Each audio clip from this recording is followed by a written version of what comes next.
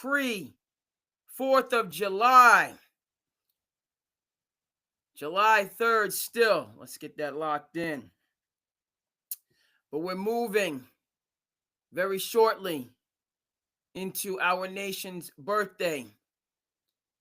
On the East Coast, 15 minutes away. Let's go around the world. IG, very good. This is the pre-4th of July.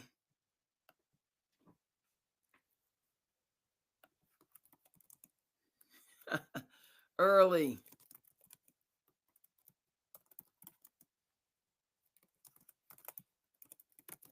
Episode dash celebration.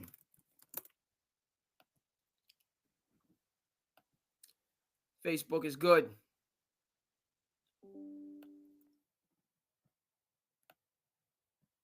IG.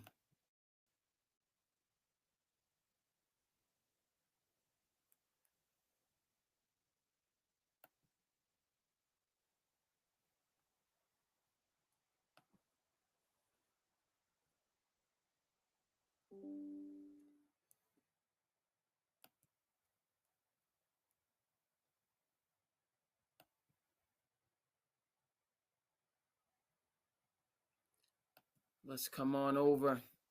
No. Went to the wrong place.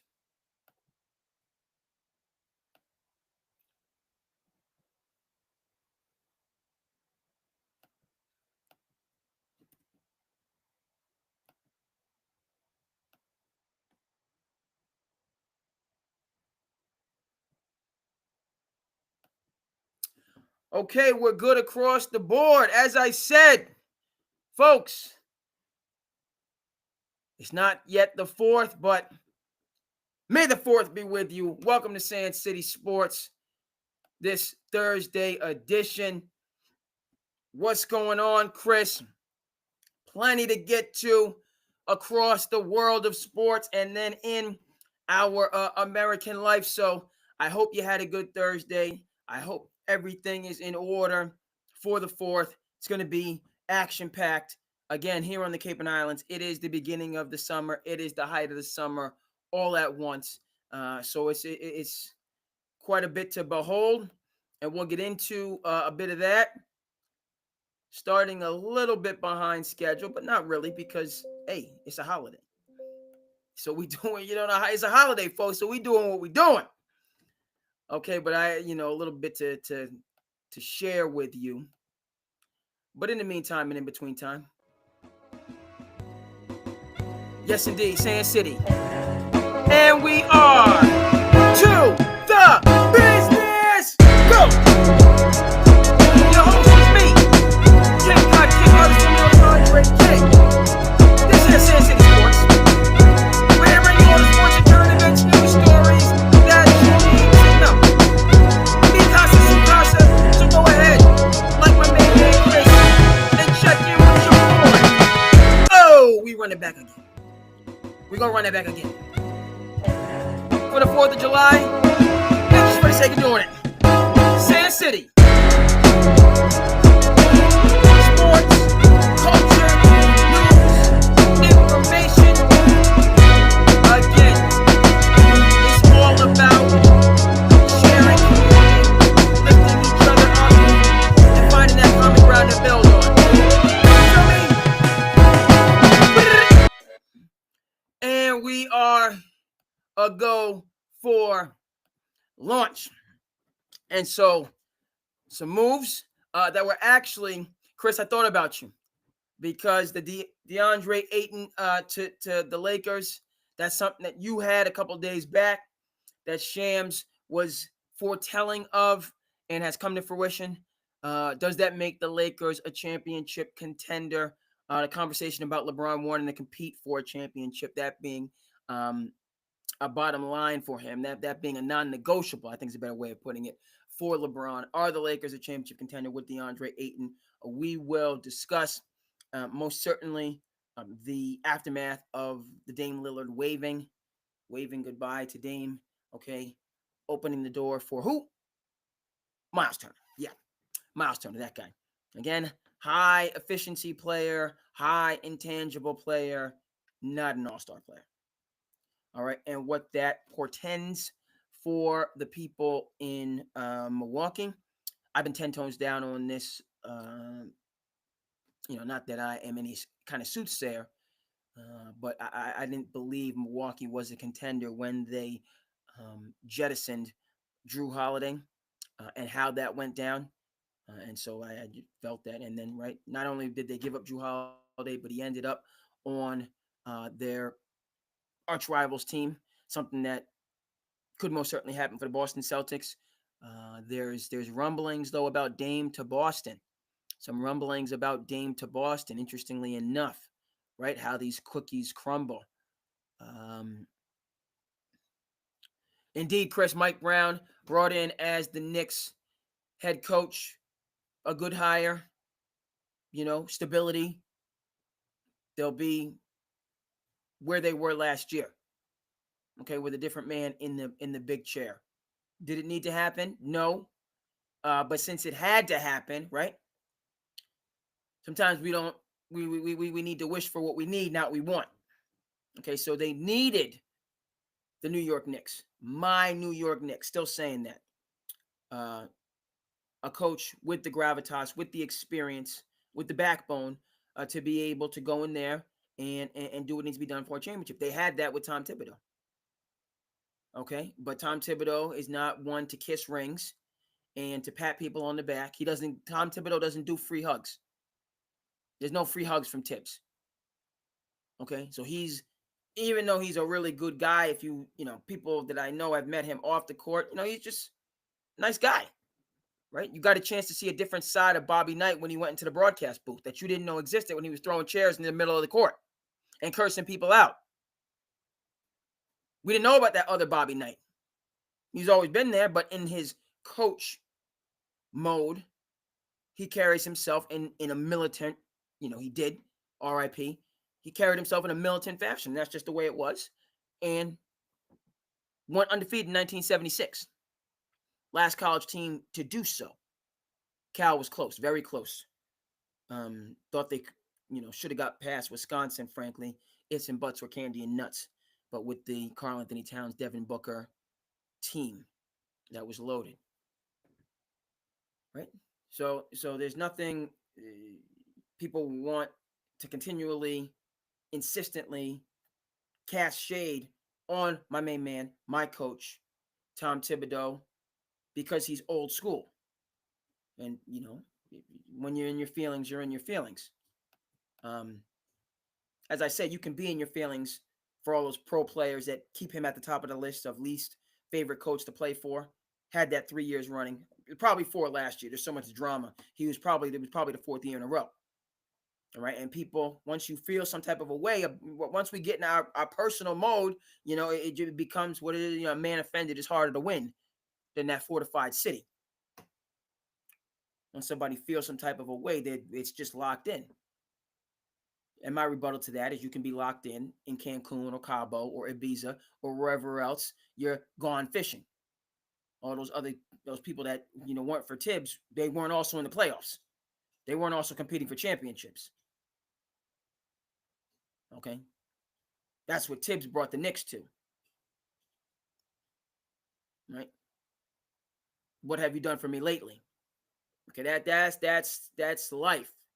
And however difficult it is, right? Everybody we've had those experiences. And I've been that guy. I've been that person that's been ungrateful and forgetful. So I'm speaking to the man in the mirror. I'm talking to that mirror man right now. All right, but in instances, we saw it on the biggest stage with Tibbs, where he takes the Knicks from a forgotten outpost, right? A franchise with failure after failure after failure. And James Dolan makes the right move to bring in Leon Rose and Worldwide West. And what's the first thing that they do is they bring in Tom Thibodeau. And it begins to be built up to the point where, they're 2 games away from the finals. And then it unnecessarily came crashing down. You all know where I stand on this. With hopes and dreams of a Jason Kidd, who I would have said, fine. If it has to happen, Jason Kidd is elite, been to finals, bring him in. But that didn't happen, as was hoped for. And then the Knicks have just been, they've been in Carmen Sandiego mode, right? Let's get this. So, Chris, yes, continue. We take the conversation where we need to take the conversation. We got 5 minutes left on the third here on the East Coast. The West Coast, you guys got a little bit more time before you break through into the fourth, which we will talk about. It's going to be an action-packed day. Last I checked, the weather was sunny. I'm hoping that. Let me go ahead and check that now to verify, because I do have a little bit of slice of life. Okay, so we got the rain out of the way. So tomorrow, fingers crossed, is looking like it's going to be a beautiful day. Saturday as well, but tomorrow's looking really nice, which we need in a seasonal tourist economy. We need that, and it's gonna be like gangbusters. Your boy, the Cape Cod Kid's gonna be up late. Gonna have to do the quick turnaround, okay? Because you have to make hay while the sun shines. You don't want to miss, a lot of parades, and it's just good to take it all in.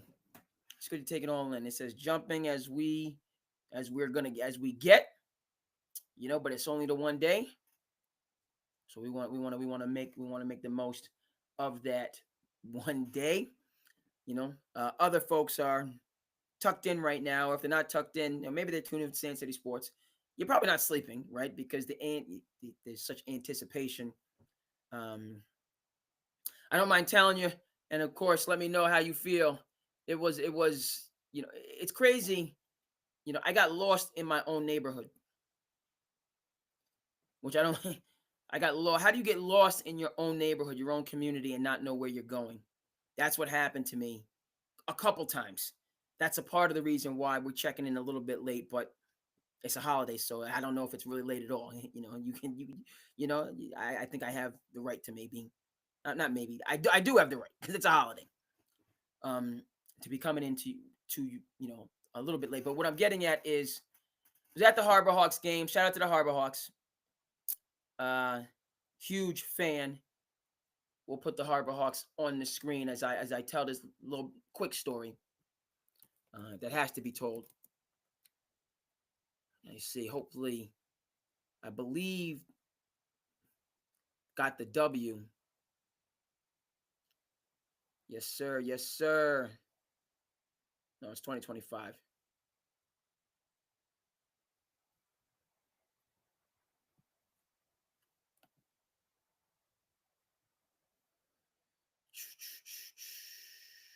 Go ahead and share this. A little bit of slice of life. I know we do slice of life at the end, but we'll get into a little bit of slice of life now. So shout out to the Harbor Hawks. Believe the win was secured today against the YD Red Sox. 2 crosstown matchups back-to-back. Yesterday it was against the Colliers, and I showed up late, 6-inning, 2-1 game. The game ended after 7 innings because the Colliers, once I showed up, I brought some bad juju. I brought some bad energy, which I'm not proud of, into the environment. Because the Hawks were right there when I showed up, and 2 innings later, it was a mercy rule. Game was over, 11-1. They shut it down. So I wasn't sitting in my right seat because I was late. You can't expect to get your seat when you show up late. I got there late. Somebody else is in the seat. I'm sitting where I'm sitting. But not being in my right seat, not having all things aligned, it just threw things off. And the two Colliers, the crosstown rivals, they just ran wild on the hometown Harbor Hawks. They went buck wild. Was not pleased. I wasn't even aware the mercy rule was happening until they just shut it down. People just started walking away and leaving. Like I didn't have Old Spice on. I didn't know what was happening. But it was like, man, scored 9 runs consecutive, and it's a ball game. Okay, so that was yesterday. Fortunate, another game, home game today. YD Red Sox, like the next town over. It's like, YD's actually it's closer to the field than Katuitt, because Katuitt's on the other side of Barnstable. All right, so happy 4th of July. Clock strikes midnight. Happy 4th of July on the East Coast. My country, 'tis of thee, sweet land of liberty. Of thee I sing. Yes, indeed. Happy 4th, people. It's official. We're breaking through. We go 24 hours of patriotism, of history, of perspective, of hopefully some fellowship, some commonality. Okay? Yes, we are at times a house divided in this country. That's just the nature and destiny of man. That's the way it has to be. But hopefully we can find that common ground today on the 4th and walk together as Americans and move in unison as much as possible. Beautiful thing. Happy 4th of July, folks. Chris, huge lacrosse fan. Now I have to, sometimes, but I love lacrosse. I'm a fan. We don't have, I go to as many high school games as I can. I'm one of these, because, how do I want to say this? I love lacrosse, and see, I'm getting overly. Let me just back up. I'm not a huge lacrosse fan. I don't love lacrosse. I'm a fan of the sport. I'm not, knee deep in lacrosse. All right, to keep it a buck. But let me just explain what I'm saying. If I could go to lacrosse games, like I can go to Harbor Hawks games, like 15 minutes down the road, all set up, I would go. We have high school teams out here that are good and compete. So I go to the high school games, and what I'm getting at is I'm not built for tough, because the high school, they're about it. So they start in March when it's brick outside. So the way that things work in New England is March is still winter. Obviously it's still winter because it's still winter. We haven't gotten my birthday's in March, late March. So I know this, we haven't gotten to the spring solstice yet. So they start when it's actually winter, and then it takes about a month and a half, really. It's like a month and a half, second week of May, before it's consistent nice weather. So the baseball and lacrosse and the softball, they are toughing it out in that first month and change of the season. It's cold, it's dreary, it's gray, April showers, and those are the true blue lacrosse, baseball, softball, track and field, because they're going through me. I'll read the reports. I'll see the live stream. I'm not out there consistently. When the weather turns around, holla at your boy. Fair weather, me. And then I'll go to a bunch as possible. And you follow it. It's like Maryland has a really strong team. Johns Hopkins is big in lacrosse. Syracuse, shout out to Jim Brown. Okay, rumored to be one of the greatest lacrosse players of all time. Interesting to go ahead. Now, I didn't even realize this. You're always learning that Jim Brown, who certainly was independent and outspoken and caused a lot of good trouble, wasn't just content to have all the privileges and the benefits of being one of the greatest athletes in American history. He was speaking up about civil rights. That's your rights out there in television land. That's my rights right here. That's constitutional rights. It being the 4th of July. We hold these truths to be self-evident, that all men are created equal and endowed by their creator with certain inalienable rights. The history teacher in me, right? But it's an American experiment, right? What we say and what we do, living up to those ideals, a 250-year journey.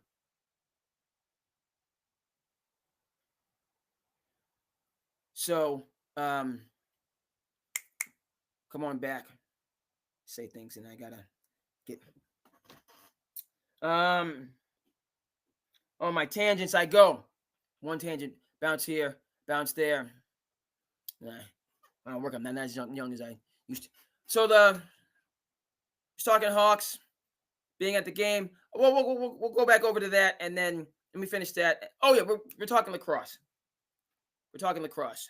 This guy here. Need a production assistant to keep me on track.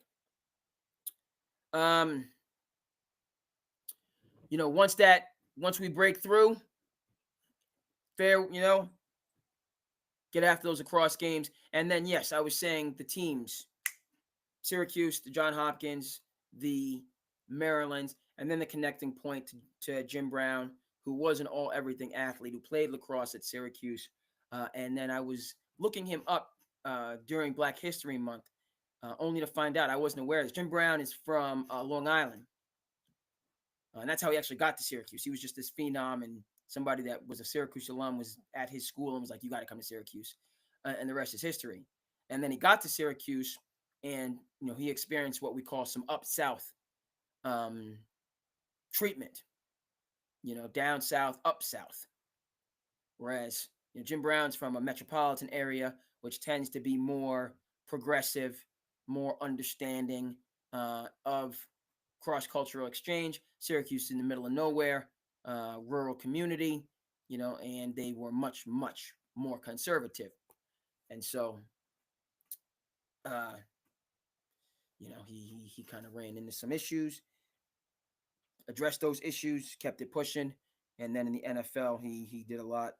I think about the Cleveland Summit, where, all the prominent African-American athletes, Bill Russell, Jim Brown, Kareem Abdul-Jabbar, then Lou Alcindor, stood with Muhammad Ali, as he, made his protest, paid the price, 4 years in his prime, and then returned. So during those times. And, you can see it, as I conclude on this, as we get back to sports and 4th of July. So we're talking some of the culture. We're going to talk a lot of the sports. Muhammad Ali, he took a you can get rid of the very, we don't need. He took a principled stance during, times of adversity, great adversity, the Vietnam War. And there's a price to be paid. There's a price to be paid for it. And that's, he understood that. He paid his price. He came back. Speaks to the man. He would not, and all he was going to have to do was just do exhibitions. That's what Joe Louis did. They weren't asking him to be on the front lines. Wouldn't do it. Okay, so he had to, you're a conscientious objector. There's penalties that go along with that. Boston Cannons in the Professional Lacrosse League. Check them out. Number of black players in the NFL. NHL. It's a good get. I didn't see that. Love it. Being a casual hockey fan, I know like PK Subban, is a hockey player, and just following hockey, I personally respect how, in terms of the messaging and the broadcast, they have African American pundits and broadcasters within hockey, to kind of break down the stereotype. That's one thing here, because you're talking about, this is Hockey Town, USA, Boston, all the way back to Bobby Orr. And it's a generational thing. A lot of my a handful of my relatives and family friends played hockey and were quite good. And played hockey, baseball, soccer, boxing. They were just all around athletes. And so I just always, and they're kind of, how do I want to put this? It goes to what I was talking about in terms of it being the fourth, in terms of like us seeing that Americana, that shared American experience. And what am I getting at? It's the same way that Bill Russell and Bob Cousy, even though they might have been on, and Tommy Heinsohn, throw them in there, might have been on different sides of the political spectrum, they were Celtics. They put their politics aside and established a bond that transcended politics. This is my brother. We are Celtics. And for all the issues Bill Russell had, the bad behavior that was just unspeakable and unacceptable then and now, he was his entire life, he was proud to be a Celtic. Right. And that shows how sports can transcend these cultural, political, economic divides. Right. Mike Greer, general manager San Jose Sharks. We'll get him on the screen. Good get, Chris. We'll talk a little, let's go down with the hockey. Long story, not so long. It was I got lost in my own community after the Harbor Hawks game, where, as far as I'm concerned, I went to leave. I went to the. We're gonna get to Mike Greer. Please, people, jump in if you have anything. We're going roundabout, but we're going a roundabout fashion. That's how we're breaking down right now. But I got to give you this slice of life from my own part. So I said, okay. I got there early, had my seat. Wonderful game, great community. The MLB scouts, where I sit, the MLB scouts are right here. That's awesome. Just listening to them talk and check out the Stars of Tomorrow. And then I'm technically on the away side, but I got to sit in a shaded area because I have eczema. Sometimes if I don't have my right suntan lotion on, I'll break out. So I got to sit. I got to find some shade, and so I can take out the long sleeves and all that stuff. But so I was walking out. I went to check out some Harbor Hawks gear, which I'm going to pick up on Saturday. I put my long sleeve shirt down and I forgot it. Forgot my long sleeve shirt. Then I walked to the wrong parking lot. I'm like, what am I doing? Then I go back to my car and I'm like, where's my shirt? I left my shirt. I went back. I checked to see if it's there. And this is just rushing and forgetfulness, folks. Got to take things a step at a time. I got to take things a step at a time, and I got to do some like woosah. I walked all the way back to my seat. It wasn't there. Then I was like, maybe it's in the car, and I didn't see it, which I shouldn't have done. Then I walked. Obviously, it's not there if you didn't see it the first time. I walked all the way back to my car. Wasn't in the car. Walked all the way back. I'm checking around. I left it at the clubhouse shop. I left it at the clubhouse shop. And by the time I did all of this, it started, like I felt it starting to rain, but then they called the game because there was a shot of, we got T-storms coming in. And so it was like, all right, we got to call the game. And that's why I think, we had gotten a lead to be able to get the W. Then I'm like, oh man, now I get caught in the rush. Everybody's leaving. I was supposed to go to pick up some pizza, hang out with my good friend Endicott, shoot the breeze. We are going to get to Mike Greer, but I have to finish the story now. And I was like, okay, so he gave me the address for the pizzeria. And so I said, all right, but I'm rushing to get out of the parking lot. I just put the name of the pizzeria and not the address that he gave me. And I saw the address. It was saying it was in South Yarmouth. I put the boop, boop, boop, boop into the GPS, and it's taking me to like West Yarmouth. I'm like, where is this taking me? I was on the road to go to the place, and it's taking me a different route. I'm like, okay, so then I got confused. Okay, maybe it's in Yarmouth Port. There was two of the same pizzerias, two places in the same town with the same name, folks. So I was on the right track to go to the one I was supposed to be going to, but I just put the name in the GPS, not the doggone address.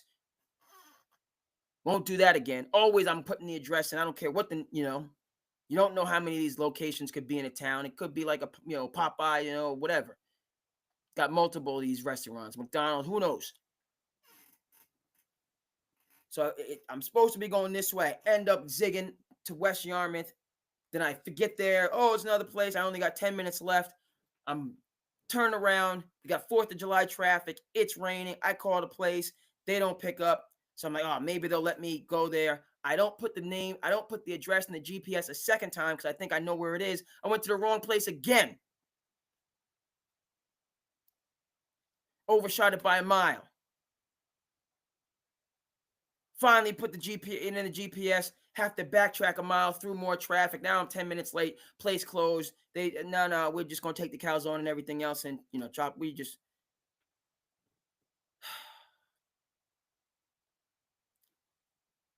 getting lost in my own doggone neighborhood. Crazy. Let's get Mike Greer up on the stage, on the screen.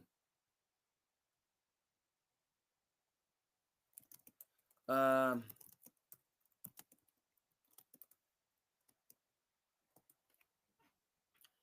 yeah.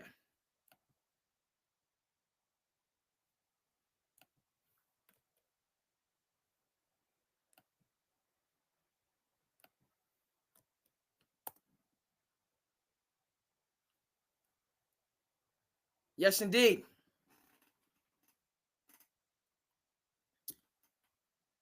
You know, and that speaks to uh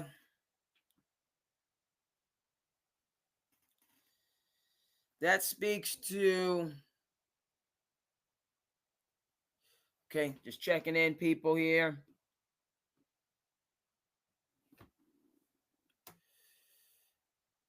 Let them know. Okay. Respond to this person. They want to jump on.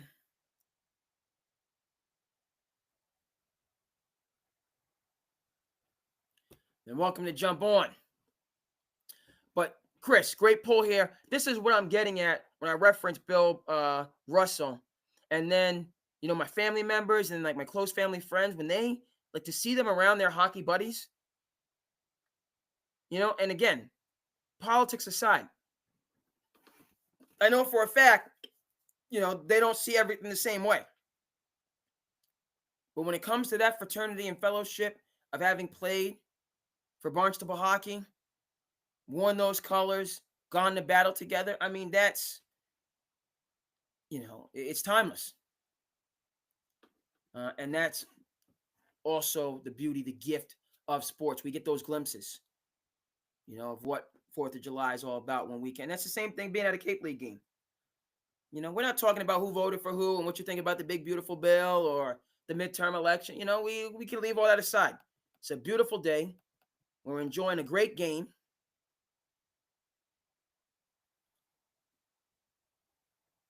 And going from there. Kashawn Atchison, first round pick of the Islanders. Good stuff. I don't know if you've seen, Chris, the 30 for 30 documentary Big Shot, all about the guy that came into, the wheeler dealer that came in to buy the Islanders. But it was a fugazi situation, but it got into the history of the Islanders, who I believe won 4 Stanley Cups in the 80s. They were a predominant team in hockey. Hometown, it was a, and it was kind of like the Islanders were like a mom and pop organization. It was like the Green Bay Packers, right? It was, the arena was local. Everybody in the community went, had their issues, trying to finance and refurbish the arena. They'd have like leaks, and so, it'd be rainy day, some water would get it. But, that happens at Fenway, by the way. It happens at a lot of the older arenas. But, just instilled like the Islanders, if you grew up in the 80s, 70s, and 80s, and were a hockey fan, like that is just to this day. You walk tall. You feel proud. Again, back to this whole second apron nonsense we got going on. The second apron wildness of teams just giving up championships rather than paying the money up front, taking that upfront short-term pain, and then you have that success going forward in perpetuity. So shout out to Mike Greer, San Jose Sharks. Oh, played at Boston University, a BU alum. So that name that rings out. The BU Terriers, the Beanpot, BU, BC, Maine, and Northeastern.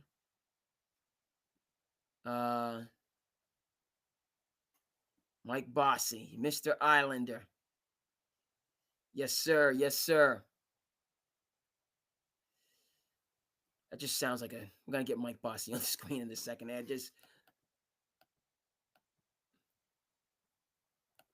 Shout out to Mike Bossing. Let's get Mr. Islander on the screen for the people to take in some of the awesome 80s.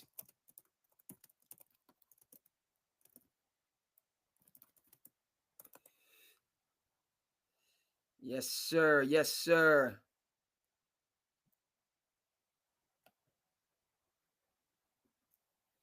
Mr. Islander. Think of the Islanders. I'm reminded of Billy Joel's song "Down Easter Alexa," which I would cover. Mike Bossy, Mr. Islander, R.I.P. In the heyday, my formative years, the awesome 80s. So one of the things that I'll conclude, or not to conclude, we can talk hockey as much as possible. I mean, anybody you know what time you're talking a little bit of hockey, go ahead and jump on in.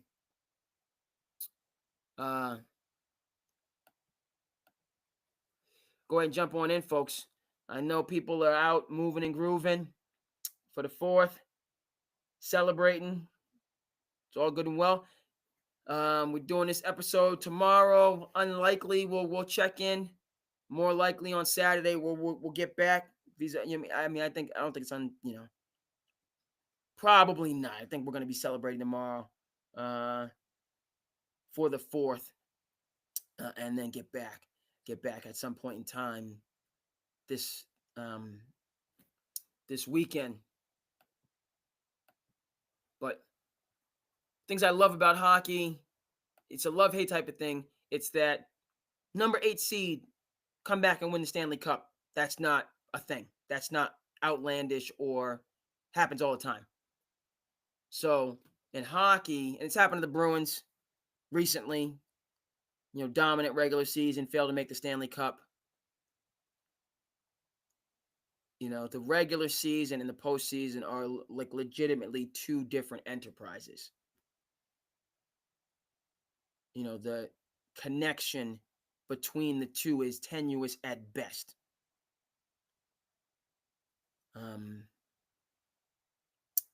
Which, I mean, for me, that doesn't mean that you would tank during the regular season or procrastinate to put your best foot forward. Under any circumstance, I'm saying we're going all out, meaning, we're trying to win a championship. We're trying to win every game or, get that seeding. And then the second season, we take that momentum from 1 to 2 and move forward. But in hockey, more so than any other sport, that does not, it just doesn't translate. And it's interesting, if teams kind of, pull Brett, because if for certain things like injuries, you have to, right? That was the 73-9 Warriors team where they were going for the record, but the organization said, we gotta, make sure that we're going into the playoffs healthy, understandably, but you also want to make history.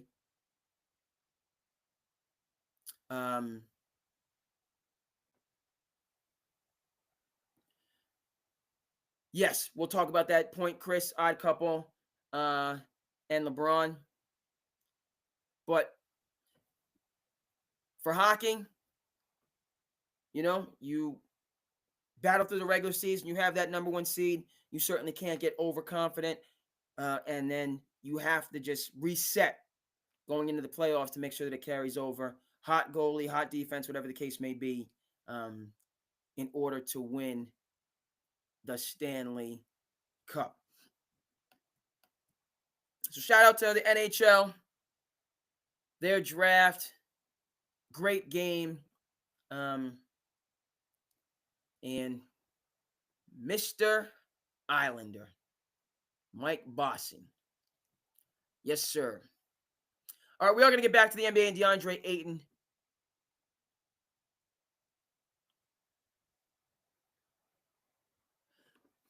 LeBron and these, and the idea of people, LeBron, it's a love-hate, as I see. We've been on for 40 minutes, always Always going to forget something. On for 40 minutes. Got to put my watch on. Chris, to your point, I don't think that Rob is hypercritical of LeBron. I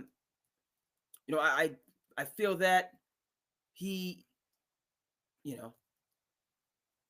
pushes back on the longevity narrative LeBron has taken on. So what does that mean? LeBron, and he's always it's going to be Michael, it's going to be LeBron, one or the other. Who do you side with?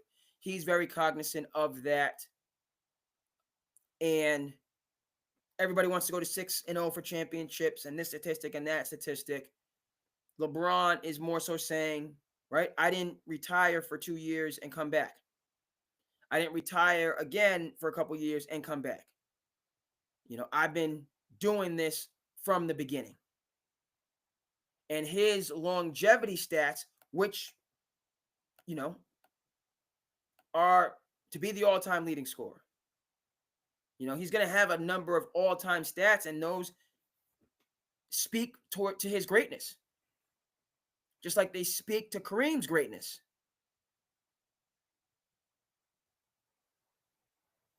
At the same time, you can't equate these longevity statistics to championships. All right, and so what am I getting at in terms of, back to your point about Rob Parker and being, critical? Like these guys, Michael, you're not going to say, because it's personal. What am I saying? Like LeBron James feels that he's the greatest basketball player of all time. Michael Jordan feels he's the greatest basketball player of all time. They should feel that way. Okay, and again, in terms of criticism, we know how both of them are. And LeBron's probably more forgiving, even though, like, look, Charles Barkley said something Michael Jordan, cut off. These are two people that are friends. They have a tremendous amount in common. Two sons of the South. Black men growing up in the South. Charles Barkley from Alabama. That's my home state. That's my state. Michael Jordan from North Carolina, even though he's born in Brooklyn. My state. Okay, and it's just a completely distinctive experience than growing up in the Northeast, the Midwest, the South, East, the West Coast. So they have that in common. But Charles Barkley gave an honest, objective, even-handed critique of the Charlotte Hornets. Michael Jordan, you can't come to the cookout no more. No cookout for you. And so LeBron has that same aura about him.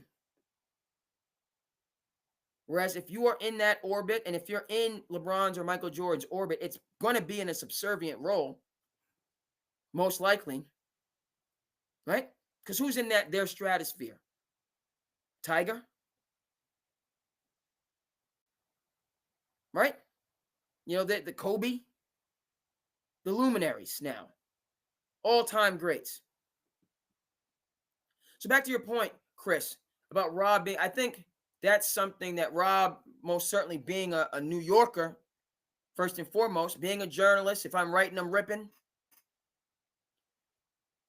He's coming at all of those, distinctive angles within the LeBron narrative.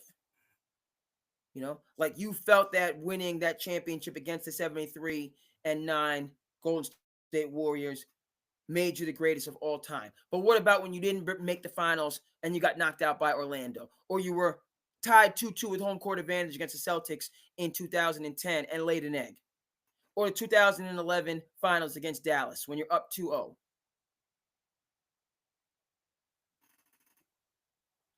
Or the 2014 finals against San Antonio? Or was it the last finals between the Spurs and the Heat, where they just got boat raced after Ray Allen saved them in the one series? Next series was just San Antonio just ran over them. Okay, so you're talking about LeBron being 4-6 in the finals. Even if you throw out 07, when that wasn't, he really got there too early. LeBron got there too early in 07, but then doesn't get back till 2011 when he has his super team. That's something that I go back to again and again and again. And that Cleveland team was in the luxury tax and did have plenty of pieces. No, they might not have been his buddies from Team USA, but they had plenty of pieces. All right. And in 09 against Orlando and in 2010 against the Celtics, the bottom line is we didn't get Game 7, 2011 LeBron. Game 6 in Boston, which we talked about last episode, Chris. You brought this up. We didn't see that LeBron in 2009 and 2010. That's why those Cleveland teams that should have had the best record in the Eastern Conference both years, broken through at least one final, particularly in 09 when Kevin Garnett got hurt, made no finals. Okay? It took LeBron time to come into and to get the eye of the tiger. It took, and there's just no two ways about it statistically. Objectively looking at it, you can see the young phenom was learning on the job. It's apparent the distinction between having 3 years at North Carolina with Dean Smith, then playing Team USA basketball with Bobby Knight, then coming to the NBA as an unheralded rookie. Promising, but not the number 1 overall pick. Right? Like Michael Jordan was always a very talented and, but slept on in certain instances. Never mind him being frozen out in the All-Star game and coming back with a vengeance, but and that's his personality. He's looking for things to motivate him. Right? And we see when you're devoid of that, this is a commentary on the whole NIL child prodigy phenom situation that we have. Right? You lose something. You can see it when you compare Michael and LeBron. Game 6, Bulls Celtics, 1986. Michael Jordan going in against the dynastic Celtics team. I'm giving you guys the business. You might win, but you're getting 63 points. I'm giving it to you because I want my respect. I want my respect. LeBron had to earn that, most certainly, coming up through the ranks. But what I'm saying is that comes in the league in 2003, wasn't supposed to beat that Detroit Pistons team in 2007. They weren't supposed to break through. And by the way, that took away a championship and a rematch, right? You talk about striking while the iron's hot. You talk about Dan Marino being a phenom with all the potential, and you never get back. Another word to the wise for the young prodigies, phenoms, NIL celebrities who have it all. It's going to work out. Everything is trending in the right direction. What did we learn from Field of Dreams? At the time, you say to yourself, there will be other days. I didn't realize then that was the only day. We got to get Moonlight Graham on the screen for you people. The folks. I don't like using you people. I don't like that. I don't like the terminology.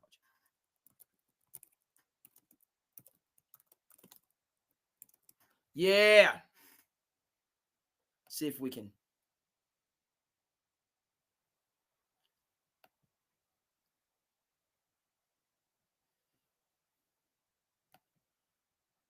We're gonna get some Moonlight Graham. Then we're coming back to LeBron and Michael, and we are going to talk about the Lakers. The current. What do you want to talk to me about? Well, when you got to the majors, you played only 1 inning of 1 game. What happened that inning? It was the last day of the season. Bottom of the 8th inning, we were way ahead. I'd been up with the club about 3 weeks, but I hadn't seen any action. Suddenly, old John McGraw points a bony finger in my direction, and he says, right field. Yes, sir. I jumped up like I was sitting on a spring, grabbed my glove, and ran out on the field. Did you get to make a play? I never hit the ball out of the infield. Game ended, the season was over. I knew they'd send me back down. I couldn't bear the thought of another year in the minors. So I decided to hang them up. Oh, sit down. Thank you. So what was that like? It was like having this close to your dreams and then watch them brush past you like a stranger in a crowd. At the time, you don't think much of it. You know, we just don't recognize the most significant moments of our lives while they're happening. Back then, I thought, well, there'll be other days. I didn't realize that that was the only day. And now, Ray Kinsella, I want to ask you a question. What's so interesting about a half an inning that would make you come all the way from Iowa to talk to me about it 50 years after it happened? I didn't really know till just now, but I think it's to ask you if you could do anything you wanted, if you could have a wish. And you're the kind of a man who could grant me that wish? I don't know. I'm just asking. Well, you know, I never got to bat in the major leagues. I'd have liked to have that chance, just once, to stare down a big league pitcher, to stare him down, and just as he goes into his windup, blink, make him think you know something he doesn't. That's. Shout out to Moonlight Graham.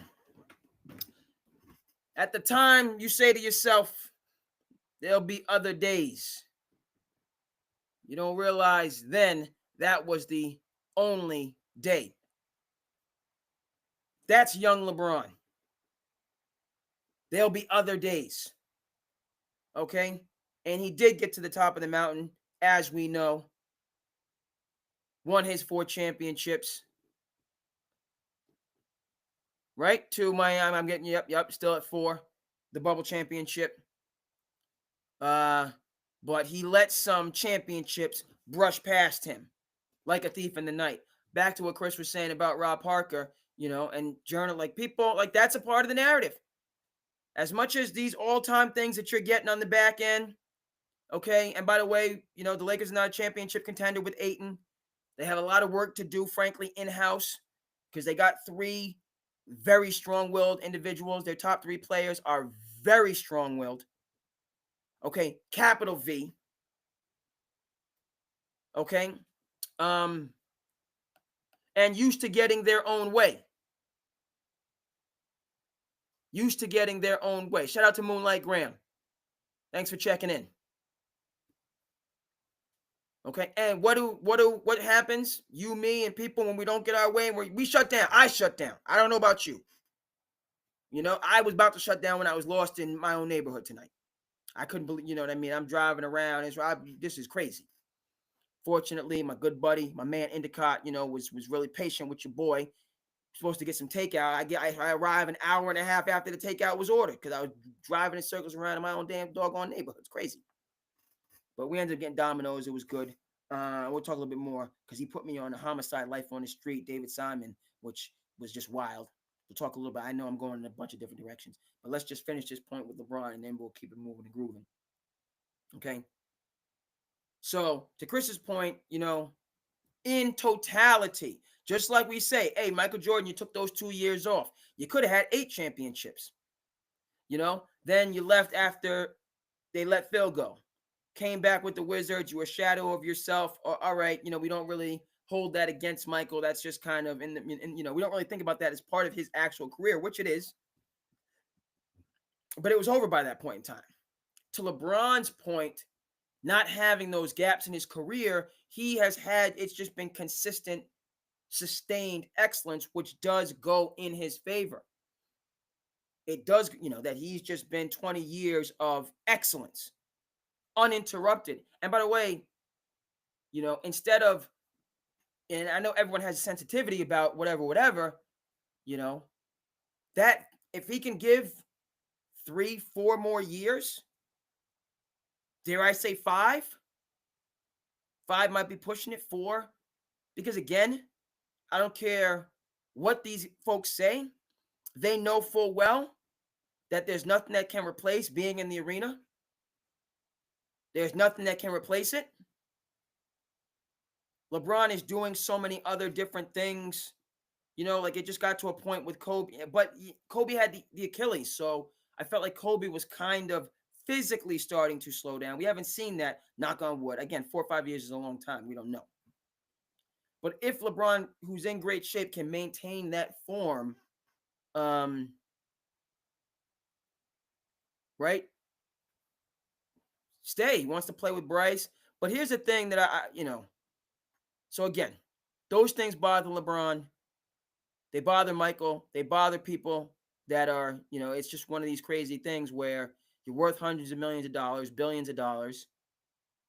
But nothing is, it's interesting in that way. That however successful or however destitute we are, we're still human. Meaning, it still bothers LeBron and bothers people. We know it bothers KD, the 5 critics. Never mind the 150,000 people singing your praises. They look past the 150,000 people. They look past, and they focus in on that one person, and it gets to them. Now, if they use that like Michael Jordan did to win, I'm all for it. But if they start punching down and getting into all these spats, and it affects their energy, and they become bitter, and they stop playing and evidencing greatness, it's unfortunate. It's unfortunate as far as I'm concerned. Okay, LeBron. But okay, here's the other point that I just want to add to that. That's in play now, with LeBron and the Lakers, and we'll get Ayton up on the screen in a second. Look, Lakers made a power move because they were gifted Luka Doncic. So I mean, if somebody's going to give you Luka Doncic for Chi beans, right? Am I saying Anthony Davis specifically as Chi beans? Not what I'm saying, but I'm saying that deal with the Orlando gave up 4 first-round picks for Desmond Bane. Knicks gave up 5 first-round picks for Mikal Bridges. Dallas said, we'll do Luka for AD straight up, essentially. Luka for AD and 10 first-round picks would have made sense. That deal is bonkers. When you look at the capital we talked about it, what Cronin got for Dame, the haul that he got for Dame. And you're essentially saying, Luka, AD, straight up, just switch. So if I'm the Lakers and that's what you're gonna put, then I'm gonna obviously take that. I can't pass that down. Now on Dallas' side, we've now, we're becoming forgetful because of the 2% chance that ended up cashing, almost like a Powerball odds, a little bit more than Powerball, but you know what I'm saying. And so now it's all about Cooper Flag. It's all about the future. And we've forgotten that, highway robbery that took place. What does this have to do with LeBron? It's Luka's team. LeBron has never been on a team that's not his team. This is Luka Doncic's team. Luka Doncic, LeBron, what am I saying? They're all good dudes. And, well, LeBron and Luka. Let's leave Ayton out of this for a second. It's my way or the highway. Because I am who I am. Now, obviously, I'm not talking about myself doing this podcast from an undisclosed location on the Cape and Islands. I'm not talking about me, but I'm talking about what it comes down to with phenoms. LeBron and Luka are phenoms. Okay? Right? So no debate. And so we're clear on this in terms of LeBron. We're not as much as clear, but it is the case with Luka. Because he is in that same, I'm not comparing one-on-one, he's in that same echelon. He walks in that same rarefied air. There's no two ways about that. That he's on that platform with the LeBrons, with the all-time greats. He is. But Luka is not a Tim Duncan. He's not, meaning Tim Duncan comes in playing for Pop and he's like, I'm going to, okay, Pop, you're the coach. I look at you, you know what you're talking about. I'm going to let you coach me and lead me and us to championships. And that could have been the case in Dallas with Rick Carlisle. They had to make a change. Why? Because Luka has to be addressed and treated a certain type of a way, and it's a fine line. So Jason Kidd, there's no reason that Dallas couldn't have had the same success with Rick Carlisle. Now, would have Rick Carlisle been the person to get through to Kyrie Irving? In my mind, no. That's why Jason Kidd, I wouldn't have had a problem with my coach, Tom Thibodeau, going and get another head coaching opportunity, which he deserved, because Jason Kidd is a doggone point guard whisperer. And Jason Kidd, never mind, would he getting the best out of Kyrie Irving, which hasn't been seen, as I said, since St. Patrick's in Elizabeth, New Jersey? After all the backs and forths and lefts and rights, and teams just said, the Dallas Mavericks took a gamble on Kyrie. Like, we need to do something to help Luka so he does, to show Luka that so who's available? Kyrie. I don't know. Who else is available? Kyrie. Okay, fine. That's how that went down, in my opinion. And Mark Cuban, after it went down, Mark Cuban, who's not out of his mind and wouldn't have never traded Luka for Chi Beans. Again, that's no slight on AD if you heard what I said before. But Mark Cuban had to come out after the move, and a couple times he put the subliminals out there. This is Luka Doncic's team, just so everybody knows. A couple times he went on the interviews to say, Kyrie's here, we like him, we want him here. This is Luka Doncic's team. The man from Slovenia, that bad young man, this is his team, just so everybody's aware. Right? He had to do that. And then Jason Kidd came in and mended those fences and got those two on the same page, working together, and it was poetry in motion, and they made the finals. Shouldn't have made the final, but they did. That's Jason Kidd to me.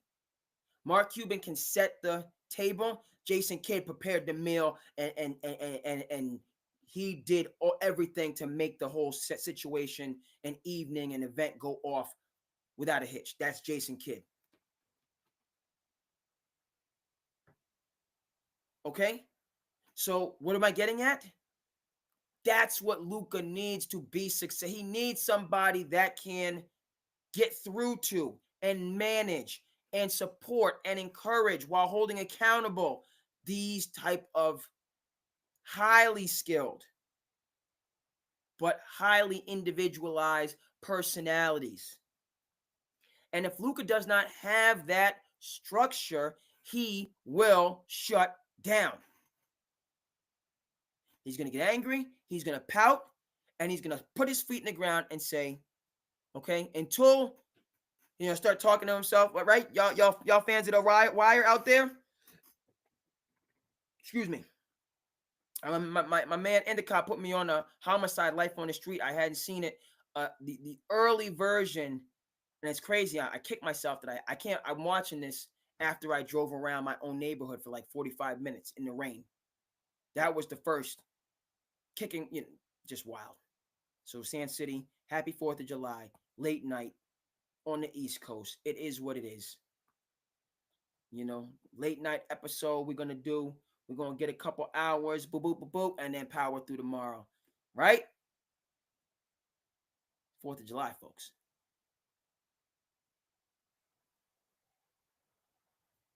But after that, I go in, I see Homicide, Life on the Street, David's. I was taken aback. And if you're a David Simon fan, obviously The Wire, the Treme after The Wire, the Deuce, didn't really get too deep into that, but I'm like, man, how have I not seen this? How have I not? It's awesome. All right, let's get back to the Lakers and this situation. And we're talking about the team, but then I'm saying just in terms of LeBron and his career and his trajectory. So Lakers are catering to Luka, just like Jerry Buss after 04, when they got hands laid on him by Detroit. It's Kobe Bryant's team now. The tides have turned. The Super Bowl party, Jerry Buss made sure he was at Kobe Bryant's house right? And I believe so after 2004, I think, that was it. Shaq, took his talents to Miami. Ivan Malone and Peyton, went off into obscurity. But Jerry Buss made it clear, okay, it was Shaq's team. It is now Kobe's team. Shaq, that was, he wasn't really feeling that. Okay, if you're not on board, you can go. We move forward. Am I saying that's what's going to happen with LeBron? That's not what I'm saying. But I'm saying that is the landscape. Luka wants a powerful, like Ayton, personality-wise, does not fit this team. But his, being a pick and roll, rim runner, roll to that's what Luka wants. How the offense, him running that high screen and roll with this guy, and then the shooters around that. Primary action is a screen roll. I got the screen, so that's the RPO. That's Luka's offense, his RPO offense. High screen roll, pick your poison. Either you back up off me, I'm raining it down. Okay. You pressure up on me, I'm throwing it up to the big. Okay. And the shooters, the snipers around. Okay, I got all these guys on lock too. So pick your poison. Either I'm going to get a bucket, pocket pass for a bucket, lob for a bucket, or kick out for a bucket. Or kick out to start the blender and attack the paint and then just have you guys running wild. Okay? What does this have to do with LeBron? He wants to play with his sons. That's the fire keeping LeBron James going in his quote-unquote advanced years. Okay, I say that, because I'm in my 40s, but you know what I mean, right? Wants to play with the next generation. Commonplace, whether you're coaching your kids, that's a fire that keeps him engaged, hungry, on and on and on. We'll talk about it in Slice of Life. There was a really good clip, and it is the recruiting season, which we'll dive deep into on the Saturday check-in. Today, as I told you, giving up an hour driving around in circles, and then just going to the Cape League game. I haven't got a chance to check up on the grassroots, the EYBL circuit, which those games will be on NBA TV, the Three Stripe circuit, where BABC is holding court, and then the Under Armour circuit, where local program Middlesex Magic are doing very well. Okay.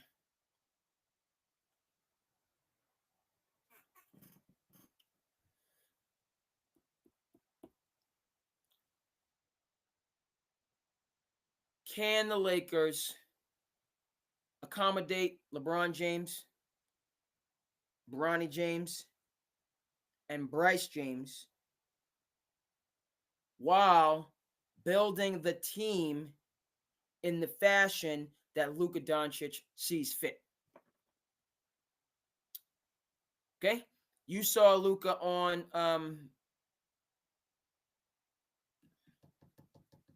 what's LeBron's podcast? I have it. Starting then. You saw Luka on LeBron's podcast. I'll get the name in a second. I wrote it down. I didn't write it down. It's just on my. I have all these clips. Also, LeBron showing up, super cool, hooping with the youngsters. Now it's gonna bother me. Mind the game, right? Which is another, he's on the Mind the Game podcast. His feet up.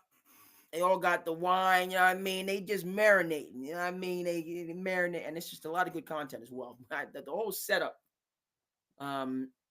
which kind of leads into why it should work. Because LeBron, and this whole thing about he wants to compete for a championship and possibly going to Dallas, he does have the no trade clause. If he wanted to go to Dallas, he could be in Dallas right now. Because he could waive the no trade, but now I don't know. But Dallas, they want to give up Cooper. No, so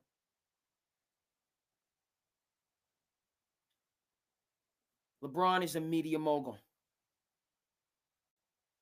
You want to be a media mogul in Dallas? Do you want to be a media mogul in Cleveland? Or do you want to be a media mogul in Los Angeles? Right? That's where the bright lights are. You can quantify X plus what you're doing.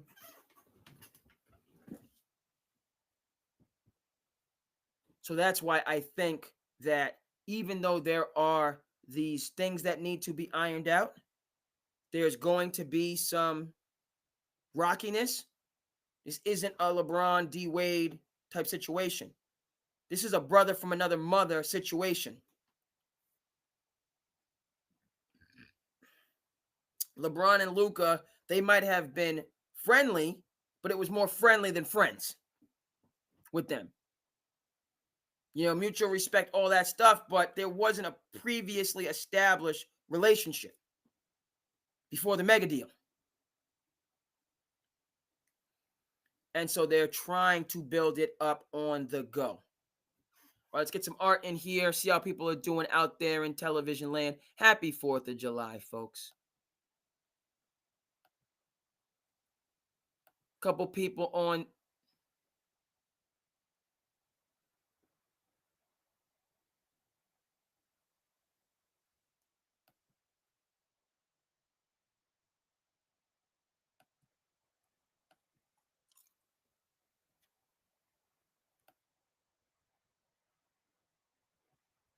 my Facebook. What happened?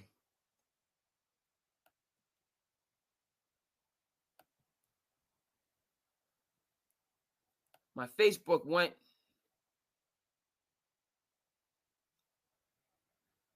because I had Moonlight Graham on. Let's see if we can get back right. Make another effort.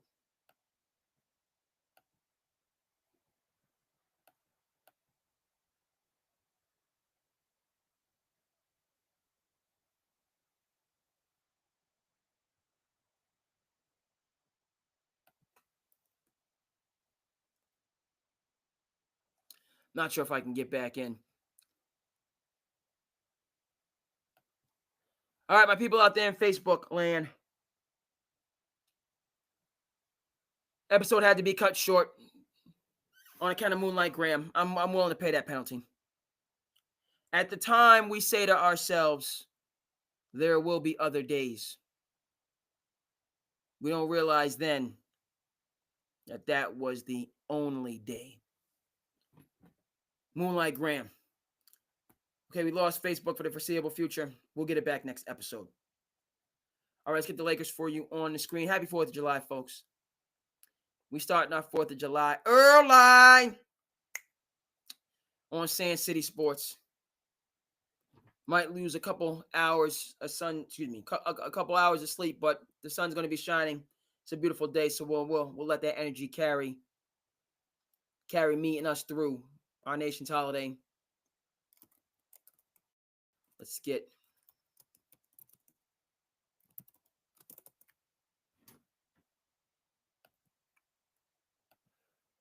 Ayton on the screen.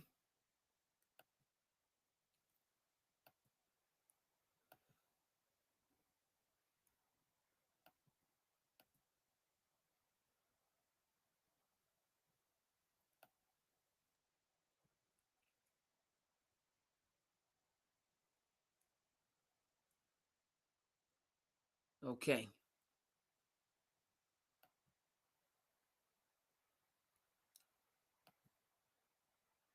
Goodness. Pause this commercial. I got you.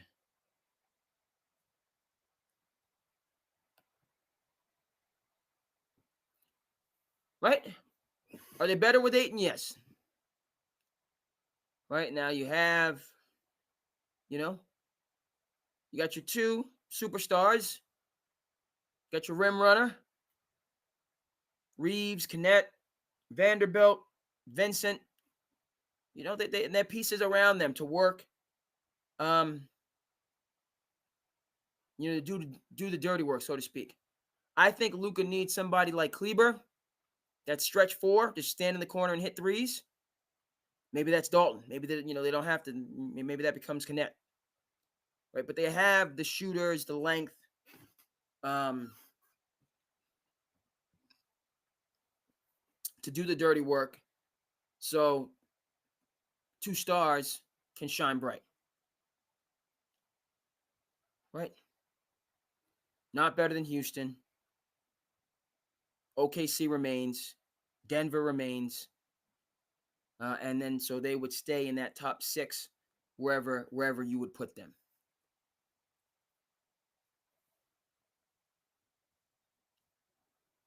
Right? Okay, they're better than they were last week.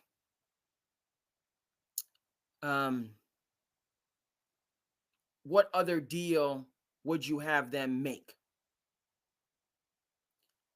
Should they be in the conversation for Dame Lillard? Can Dame Lillard play with LeBron James and Luka Doncic? Probably not.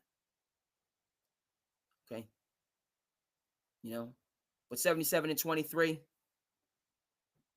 equals 100 for the mathematician in me.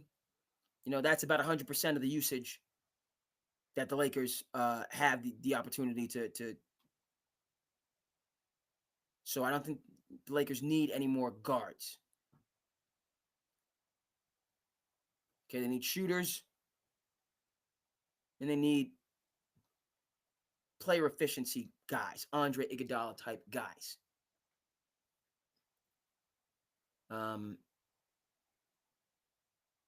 So while not making them championship favorite, this appears to be what Luka wanted.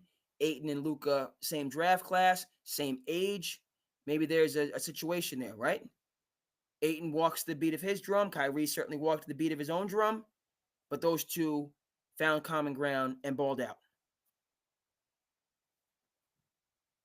So it stands to reason that they could do the same.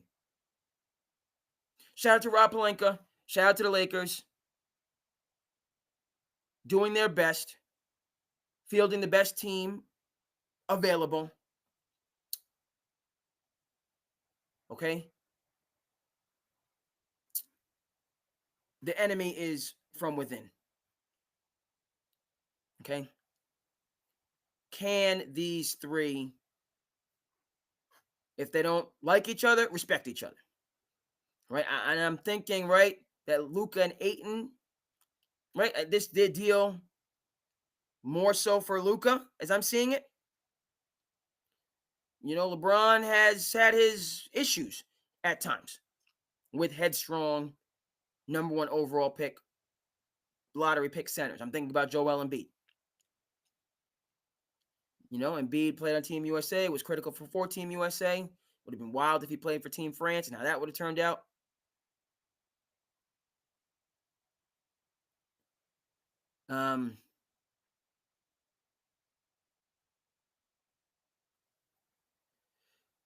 But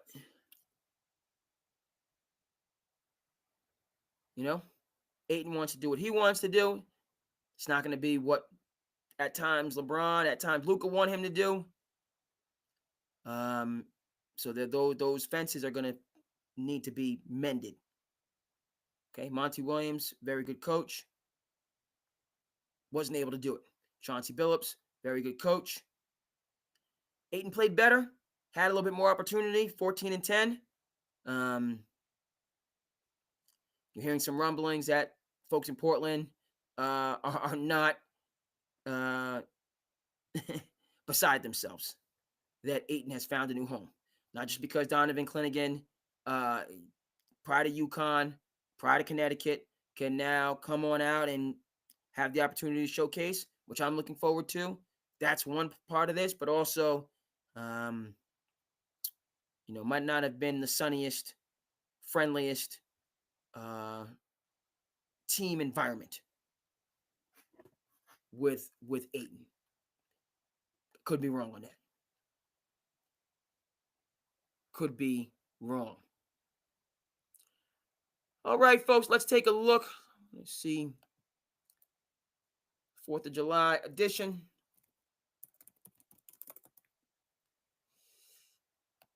AI mode. I got to be careful with AI mode.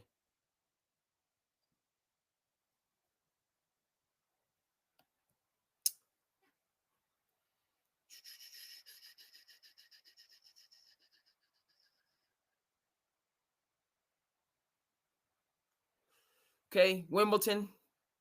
Beautiful thing. The championships. It's just so much. Let's stay with the NBA. Want to touch on the Malik Beasley situation. Haven't touched on that.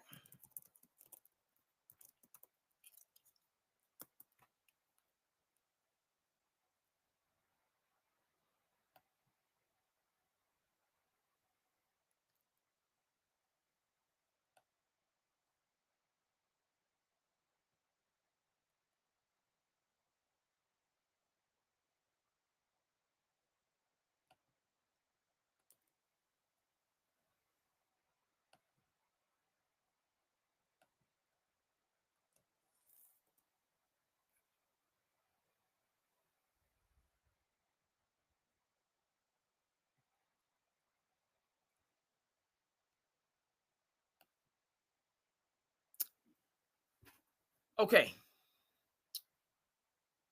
So the NBA is investigating. Let's just power through the particulars. Some prop bets involving Malik Beasley. Subsequently, clips have come out of Beasley sprinting the length of the floor to score a bucket. To take a lead from 9 points to 7 points and essentially shift the spread. And more clips like this, are out there and kind of coming to fruition, right? All right. So is this the first the NBA has encountered this type of behavior? No. Is it distinctive now because you're talking about a more prominent, like Jonte Porter, brother of Michael Porter Jr., okay, was a fringe NBA player, right? G League guy, 10-day contract guy, 1-year contract guy. Okay, he's not a consistent reserve, not a starter. Certainly not a fringe all-star or all-star. Like Malik Beasley, he's a starter on a team that is trying to kind of come up through the ranks, right? Detroit. Okay, so he's a more notable individual, right? To start with.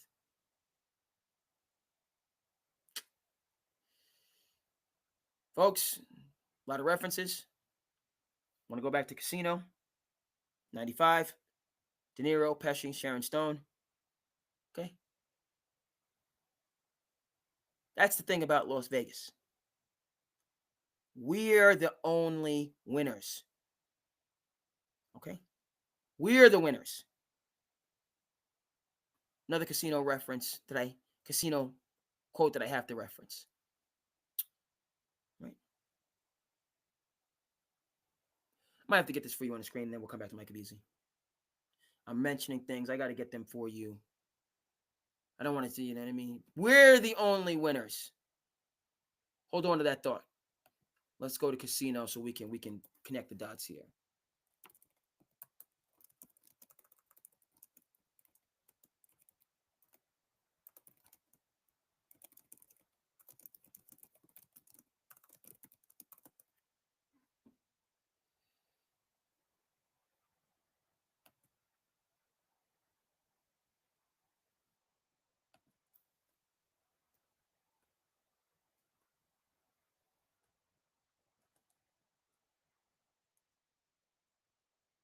See if I can get it. I have it on Instagram. I can't always. There it is.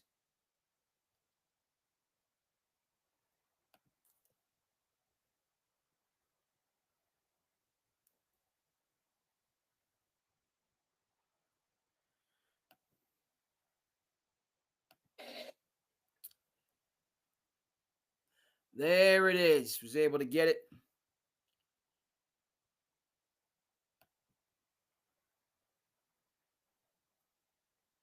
So let me do this because we're going to bring Michael Beasley back. Hope everybody's doing well out there. Happy 4th, folks. SandCity on the check-in. Talking about the Mike Beasley situation. First things first. It's the thing about Las Vegas. We are the only winners.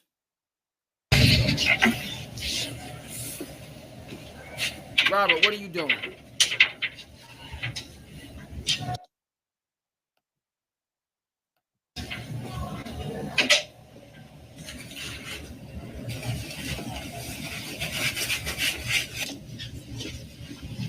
Mr. Webb, can I get you anything?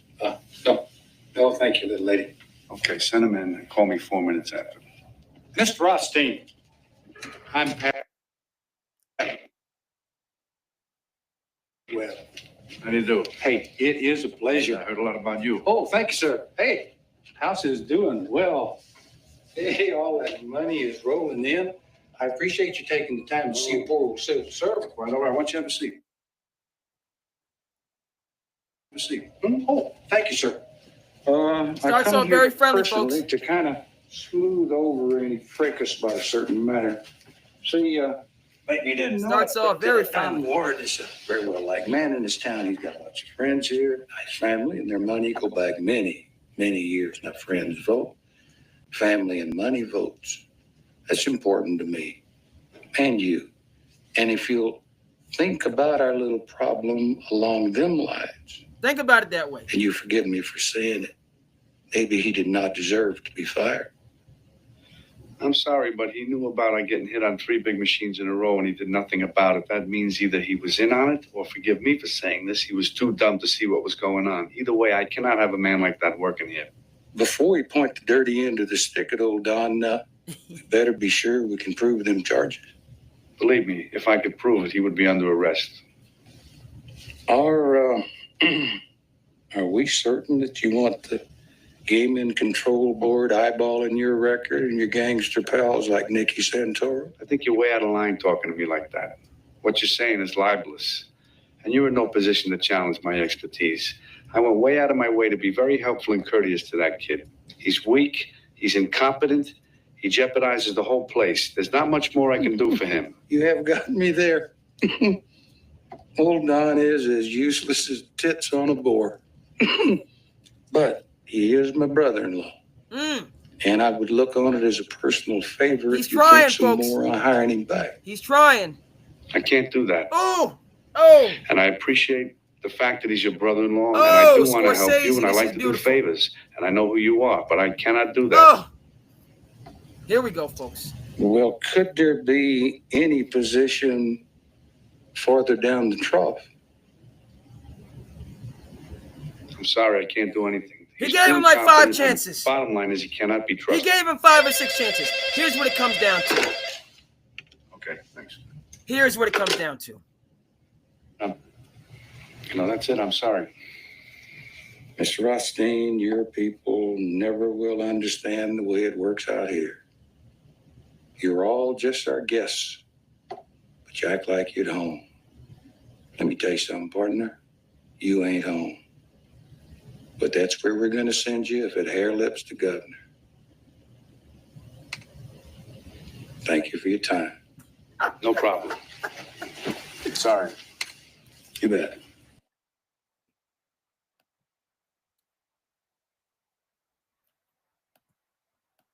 Let's get Michael Beasley back on the screen. This thing is a giant. No, Jim Carville. Jim don't miss no words. We can't get Jim might have SandCity Sports shadow ban. Might be a shadow ban for SandCity. All right, let's get Michael Beasley. Malik. Michael.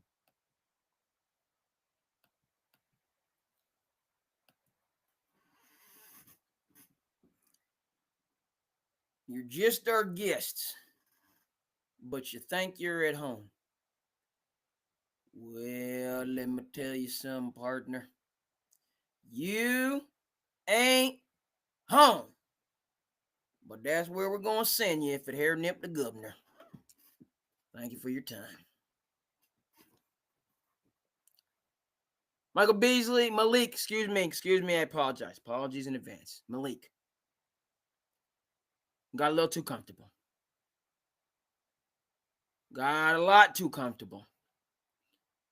Thought he could finagle something over here, finagle something over there. Well, you don't know. My leg cramped up, couldn't play no defense. I was trying to play to the whistle. That's why I sprinted the whole length of the court to score a basket. That didn't affect the winning or losing. NBA swooped in, and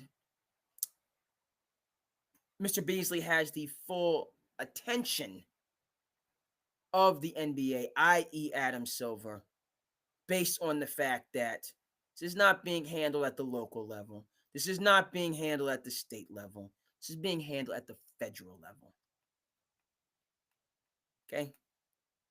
So Malik Beasley, starter, effort guy, 3-and-D.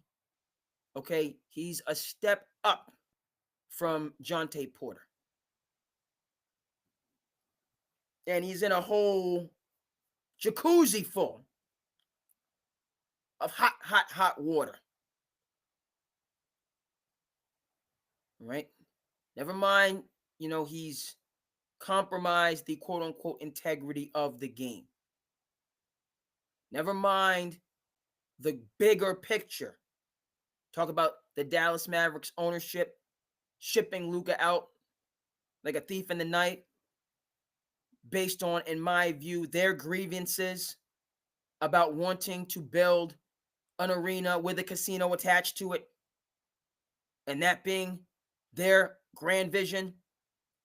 Fantasy sports, its prevalence, dare I say dominance, in the world of professional sports, basketball included.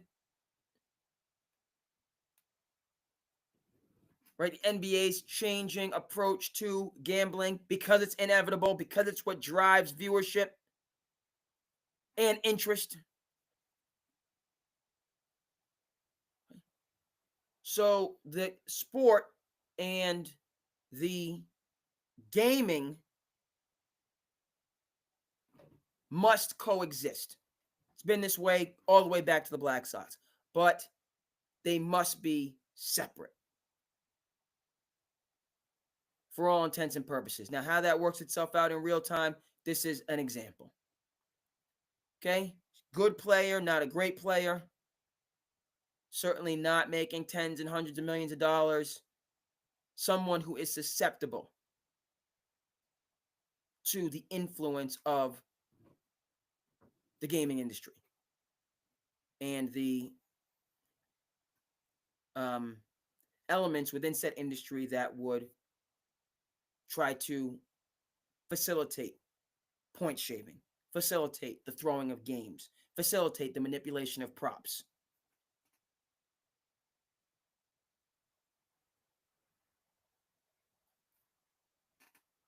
Specific to Malik Beasley, don't see him coming back from this. Okay? He is too close.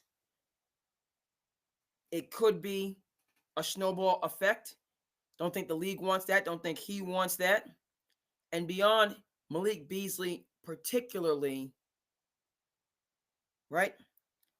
As this merger, this new union, because again, David Stern for many years, anti-gaming, later in his career, and then as the baton has been passed to Adam Silver, more pro gaming, because it's inevitable. The same thing with NIL and paying college athletes that the NCAA has just recently come to the realization is the way of the world after the horse, donkey, goat, sheep, rabbit, and everything else, chicken in the barn, stormed out.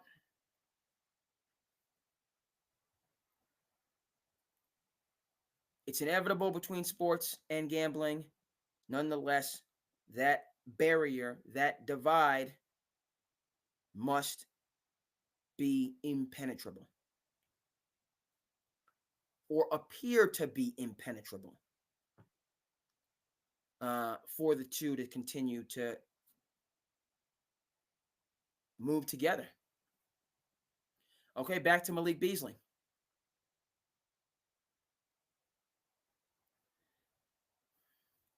If you were a star, if you were an all-star, if you were generational, that would be not that would absolve you, because of course Pete Rose was all of those things. Again, he was not in his playing days. He was a manager, so easier to dispense of him, which baseball has posthumously rescinded. But Malik Beasley, you're a good supporting player, not essential to a team's success. And so what that amounts to, as far as I'm concerned, is the league can make an example out of you, can throw the book at you, vis-a-vis the feds looking into this. The NBA the NBA has plenty of investigators for their own issues, but no, we're going to bring the feds on top of that. So the NBA is scouring the earth looking at this, and then on top, let's bring the feds. Let's let them take a number of bites out of this apple. Okay, so we can, again, make it clear to other players, right? We call Shohei Ohtani, quite recently being linked to gambling. Not on baseball, but just in terms of high dollar bets, which amounted to his interpreter, apparently and allegedly, placing those high dollar bets. Makes me think that I should get the online version of Rosetta Stone and start working part-time as an interpreter, as apparently those individuals have tens of millions of dollars to spend on sports betting, supposedly.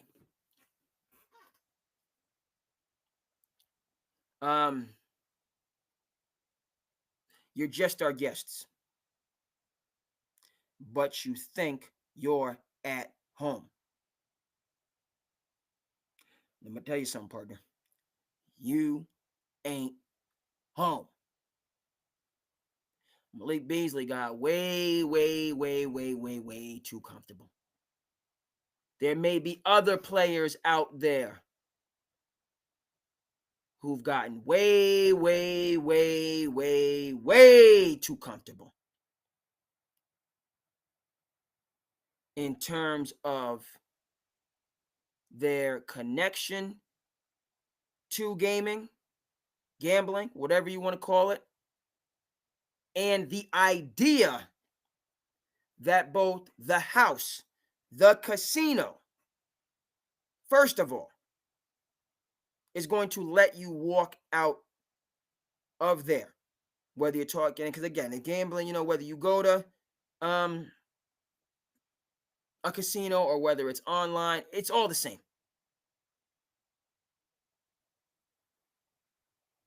That's the secret of Las Vegas. We, the house, the book, are the only winners.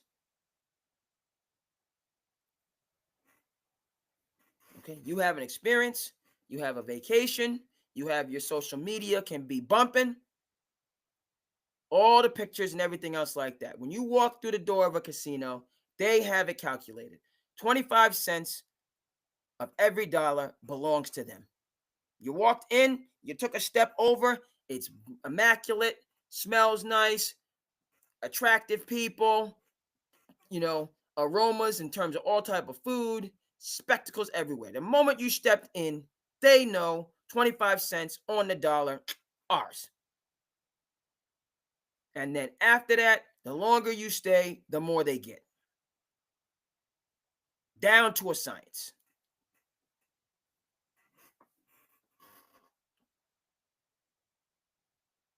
Okay, yes, there are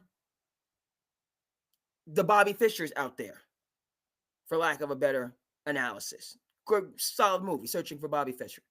There are those people that win or figure it out. And by and large, they're generally banned. Or if not, okay, they take steps to restrict their winnings. Like in a lot of other aspects of life, but let's just keep it to gambling. When you start to do well and cut into somebody else's profit margin, I thought we was on the same team. We are on the same team. My team. Start doing better than you're supposed to be doing. All of a sudden, people you're supposed to be working with feel some type of a way. Okay, but let's just keep it to gambling right now.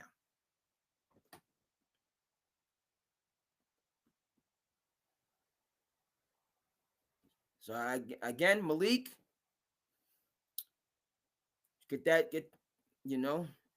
talking about possible jail time and career fines. You are the ideal candidate, a decent player, with some notoriety. Okay, but not a star. Okay, not a star. So, not going to be that outpouring of support and, oh, they didn't mean it, they didn't know, because you're no, we can mollywop. Okay, we can pick up the jail, place you underneath, put down the jail. By and large, people, it's harsh, but got caught. Got to do time.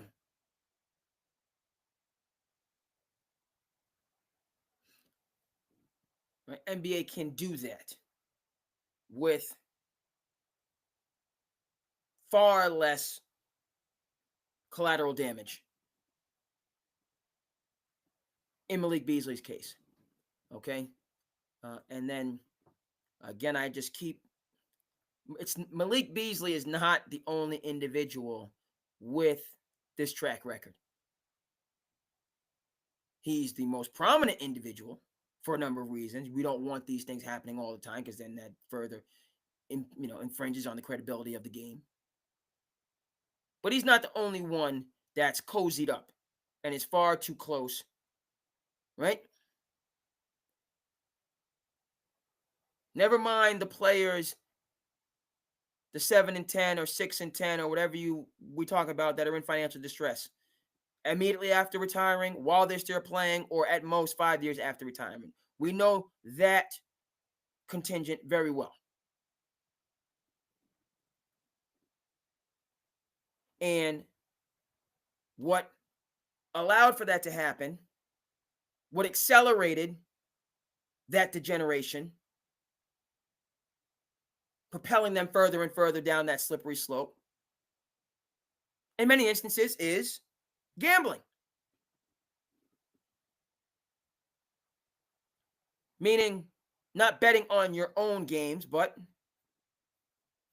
whatever. Slots, blackjack, rummy, roulette, poker, whatever, Texas Hold'em, whatever. Antoine Walker's talked about this and part of his story. Charles Barkley talked about it.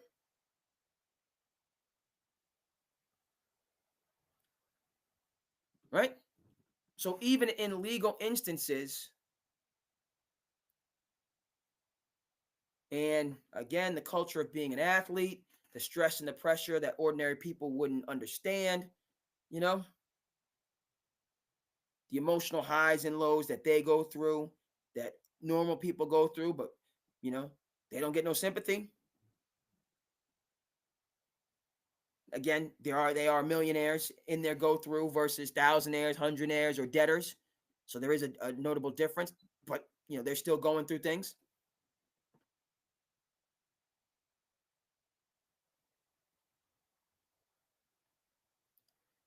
It's a double-edged sword. Double-edged sword. You know, just gambling in and of itself and how it gets the best of people in many instances. And then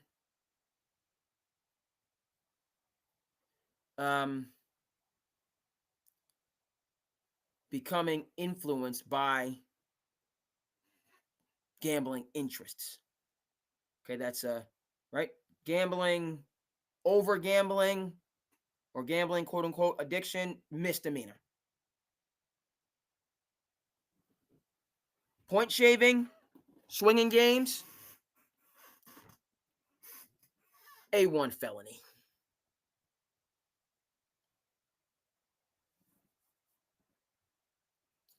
I don't even know if I said that right in the legal background. A1 felony. A1 was a good steak sauce. I don't know if I pronounced that. You know what I'm talking about, folks. You get the drift. Early morning, 4th of July. Happy. Got kicked off of Facebook, IG, X, YouTube. We still rocking. We're going to keep on rocking. Still not the 4th of July on the left coast. You guys still have some time. Still on July 3rd. We done blasted over into July 4th. Happy, joy. Enjoy yourself responsibly. Right? Stay safe out there. Okay, it's a good day. You know, keep it within reason. And I most certainly will do the same.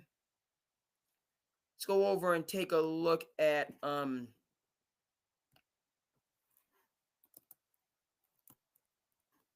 yes, indeed, Wimbledon, the championships.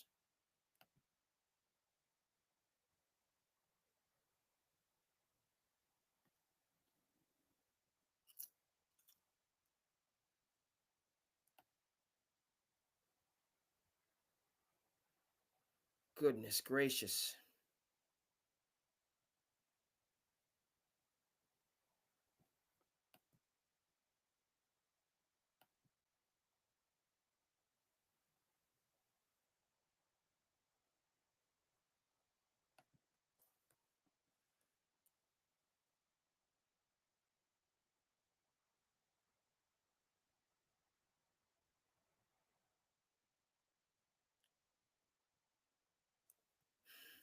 I'm late to the party on this. Got to step my game up, folks.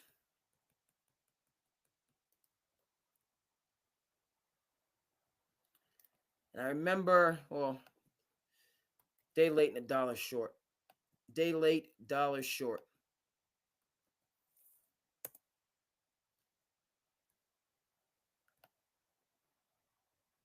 Remember hearing Coco had dropped the first set. Okay, I'm happy. We have a political pack over there. Top story. Okay. Guess we got to continue to see these. Maybe I find it different.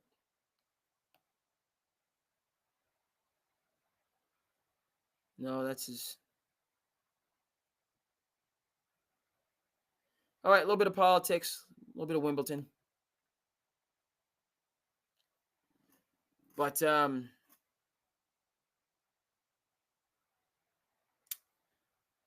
Speaking of just being the guests,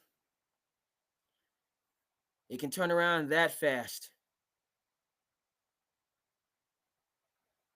Coco goes from the Darling, the French Open in May.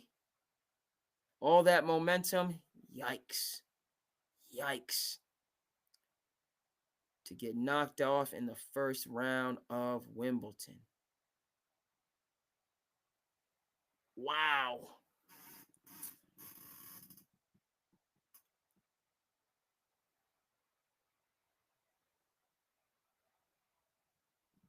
So again, coming to this later, but the highs are very high. The lows are very, very low. One of the things Jim Boeheim would say that always stuck out to me, just in talking about, he's like, man, yes, he got his natty in 03 with Carmelo. Happy for Boeheim. Basketball life for a Big East original. But I remember him saying, man, he's like, especially as he got up there. He said the losing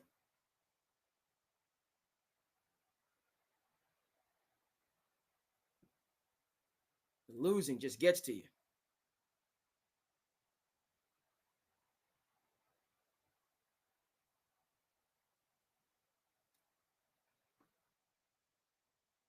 It just gets to you. Or I mean,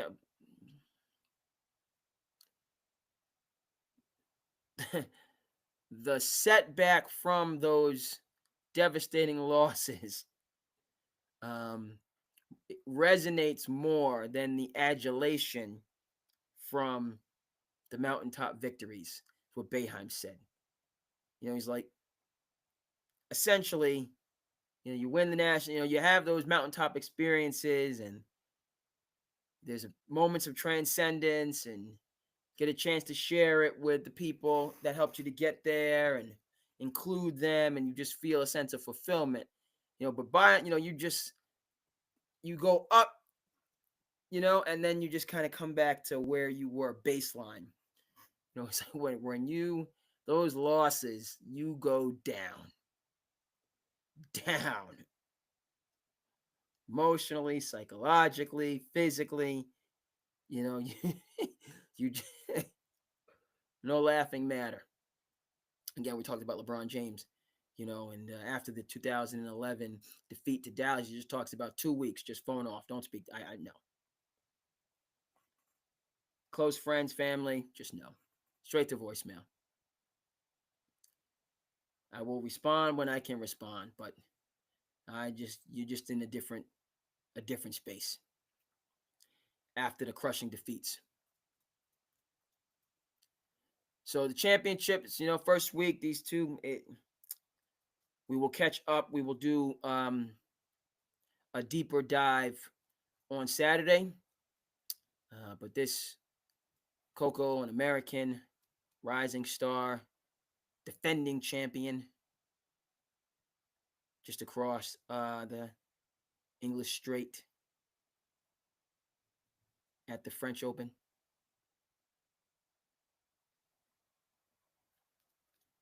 And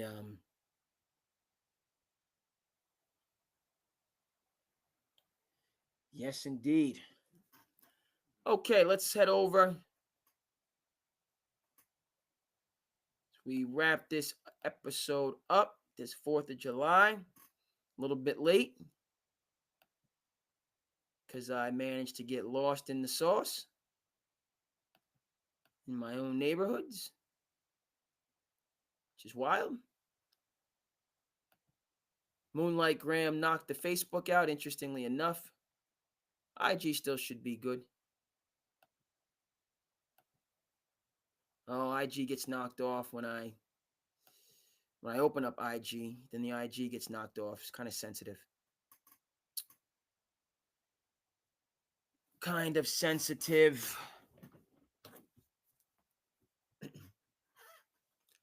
But let's head over into our slice of life to conclude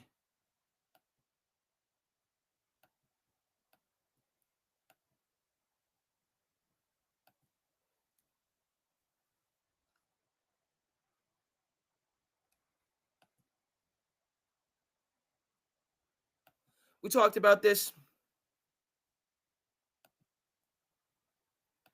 LeBron, how he shows love on the youth circuit, you know, stopping by, working out.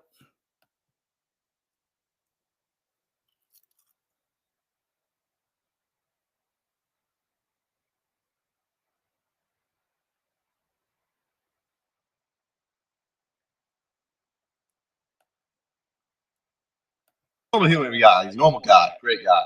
He just greets me, daps me up, and like, let's get started. And like, so I just hop on the other side, rebound for him. He gets his shots up. When he's done, I'm up next. I'm getting my shots up. You know, he greets me like normal. He's a normal human guy. He's a normal guy, great guy. He just greets me, daps me up, and like, let's get started. And like, so I just hop on the other side, rebound for him. He gets his shots up. When he's done, I'm up next. I'm getting my shots up. You know, he greets me like normal. So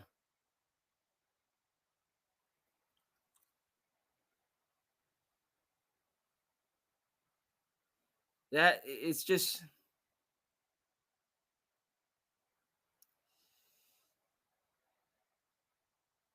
it's a win-win. Right? Seminal experience for those individuals. Right? One of the greatest of all time. And I think, again, for LeBron, that continues to refuel him. You know, going back to the genesis, going back to your roots. Okay?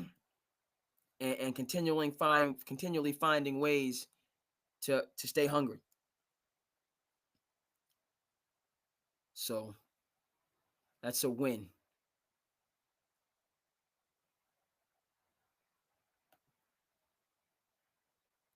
Okay, let's stick with King James.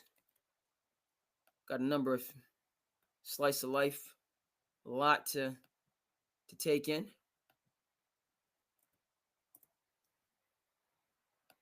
Strategically, as a team, we've come into a organized, random basketball. I always say jazz. On, play off each other, right? on both ends, because you look at OKC That's right. on their defense. I watched Shea, or let's say Jalen Williams get beat off the dribble, and then hit Lou Dort in the corner. He's just, in regular help. But if he get beat off that dribble, he coming over to take that drive, and then here come Jalen Williams to the wing. Straight corner. So they do that all around the court, and then they on top of that they got good one-on-one defense, but they are in tandem. Yeah. Regardless, without even being a scheme, it's just natural for them. Random at that end, reading each other. Exactly. Which not every team can do. No, it's hard to do that. Which is the same thing that Indy is doing offensively. Exactly. Right. And that's how I feel the game is flowing.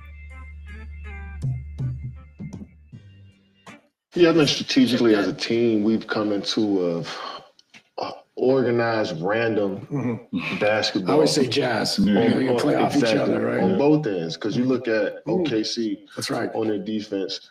I watched Shea, or let's say Jalen Williams get beat off the dribble, and then hit Lou Dort in the corner. He's just, in regular help.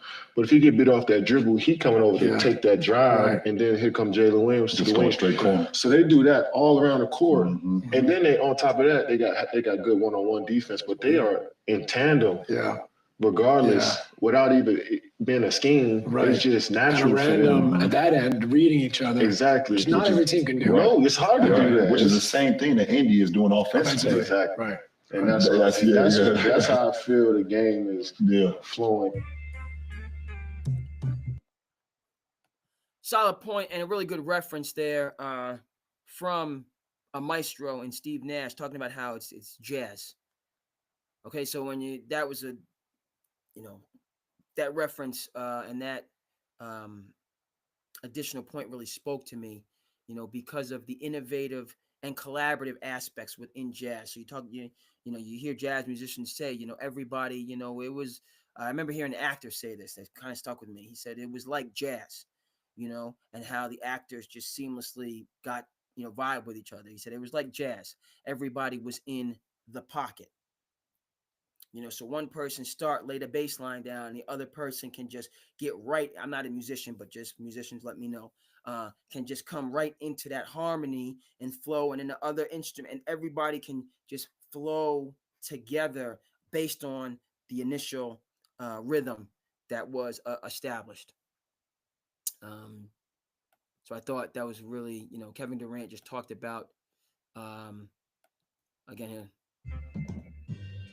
Kevin Durant called it strategically a randomness, and then Steve Nash added, you know, jazz. That's the innovative component. I didn't want to chase, or I didn't have an opportunity to chase, was a championship. I'd rather have the respect of somebody like, yo, that BD was bad. To have a championship under your belt, great. But like, there's also dudes on the team that's sorry as hell that win championship. For me, it was always like, I'm going to lead this game as an artist. I'm going to lead this game with the respect of my peers, and I'm going to be able to walk in the room with all Hall of Famers, and they're going to be like, yo, that's BD. And they know how I get down. There's no reward or award, right, that can actually credit you than like, yo, what's the name? Dr. J. Magic know me. Isaiah know me. You know what I mean? George Gervin sitting next to me at the All-Star weekend. I grew up with Paul. Paul know me. You know what I mean? So basketball is really how you paint and the stories and the mark that you leave. And I feel like for me, I was, you know, I'm a one-on-one. I created my own style. I created my own way of playing in a point guard way that, you know, sets me apart from any point guard because we don't play alike. The one thing I didn't want to chase, or I didn't have an opportunity to chase, was a championship. I'd rather have the respect of somebody like, yo, that BD was bad. To have a championship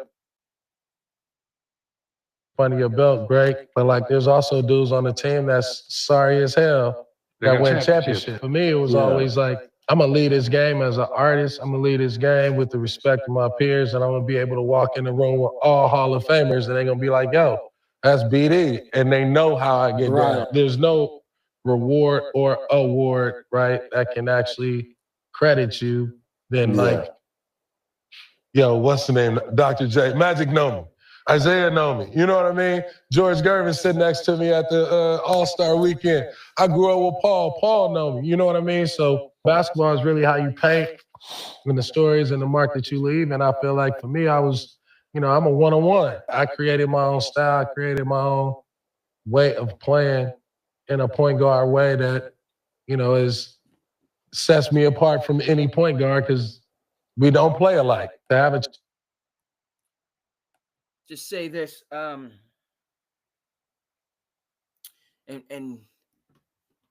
when you go back to Golden State, Baron Davis, 2000, when they knocked off Dallas, 2007, you know, the beginning when Golden State began to start that run. Monta Ellis came off the bench on that team, Don Nelson. And then prior, when you talk about Baron Davis, in college at UCLA, Charlotte Hornets, Baron Davis, distinctive. You know, I got to use like his explosiveness after an ACL injury was David Thompson. That's the throwback that I have to utilize with Baron Davis. He had David Thompson level explosiveness. You know, 6'2", 6'3", you know, really more 6'2", but jump out of the gym. And certainly special. I think, you know, peak Baron Davis was with the Warriors. When he came home to the Clippers, there was some flashes. I don't know if that was the best situation. You know, you got to be careful what you wish for because you might get it. Being back in his hometown, you know, because it's tough to stay hungry when you just around. Like in theory, I'm going to have my profession and I'm going to have my connectivity to family and friends. But in practice, it's really you double the work, right? So I would say prime B Diddy was Golden State Warriors, Baron, Dave. We got a couple more as we push up. Let's talk about the fundamentals of the game. A very pivotal lost art that you only see with the top guys, are the ones that have it now, is playing off the pivot. You could say whatever y'all want about me. I wasn't an all-star. I wasn't a superstar. A lot of that has to do with situation, whatever. We don't need to go about that. We can spend another episode talking about that. When it comes to playing off a pivot and pivot work, I was nasty. I can give you a 20-minute edit highlight, 20 minutes of me doing one move and it working. In fact, as this is playing, or as I'm saying this right now, I'm sure my edit team is going to go find me doing shimmy, double hezzy, all off a live dribble. Point guards out there coming up in the game. Of course, you got to have a handle. Of course, you should know how to change speeds. It's not about how fast you are. What's better and more important and more lethal is knowing how to just go from slow to fast. If you play at one speed the whole time, you're easy to guard. The fast guys who go like this, I never had a problem guarding. It was the guys who would walk up and look like they're doing something and then burst into something else. Those are the guys who are hard to guard, changing speeds. Being able to play off a pivot, jab work. Bro, people knew what I was doing, but because I did that little shimmy going right, all I needed was one counter. Fake shimmy, I'm going left. It kept them honest, all right? Let alone you catch it off 2 feet in the post, you have either pivot foot to pick from, jabbing, pump faking. Melo used to sit there and pump fake and jab for 3-4 seconds and then shoot, not even dribble. Couldn't stop him. It's a lost art. I think a very He's speaking facts. Pivotal lost art that you only see with the top guys, are the ones that have it now, is playing off the pivot. You can say whatever y'all want about me. I wasn't an all-star. I wasn't a superstar. A lot of that has to do with situation, whatever. We don't need to go about that. We can spend another episode talking about that. When it comes to playing off a pivot and pivot work, I was nasty. I can give you a 20-minute edit highlight, 20 minutes of me doing one move and it working. In fact, as this is playing, or as I'm saying this right now, I'm sure my edit team is going to go find me doing shimmy, double hezzy, all off a live dribble. Point guards out there coming up in the game. Of course, you got to have a handle. Of course, you should know how to change speeds. It's not about how fast you are. What's better and more important and more lethal is knowing how to just go from slow to fast. If you play at one speed the whole time, you're easy to guard. The fast guys who go like this, I never had a problem guarding. It was the guys who would walk up and look like they're doing something and then burst into something else. Those are the guys who are hard to guard, changing speeds. Being able to play off a pivot, jab work.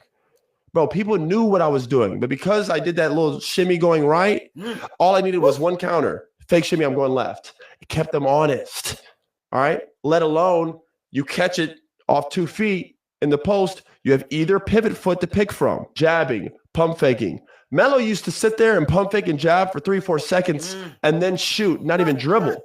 Couldn't stop him. It's a lost art. I think a very lost art. Very strong. And that's very strong. That's what I'd like to call surplus value. Made a couple of very good points actually about situations, because you know Michael Porter Jr. now going to the Nets. That's how I feel about it. He's going to have the opportunity to cook. And Austin Rivers never got the chance to go to a team where he could showcase.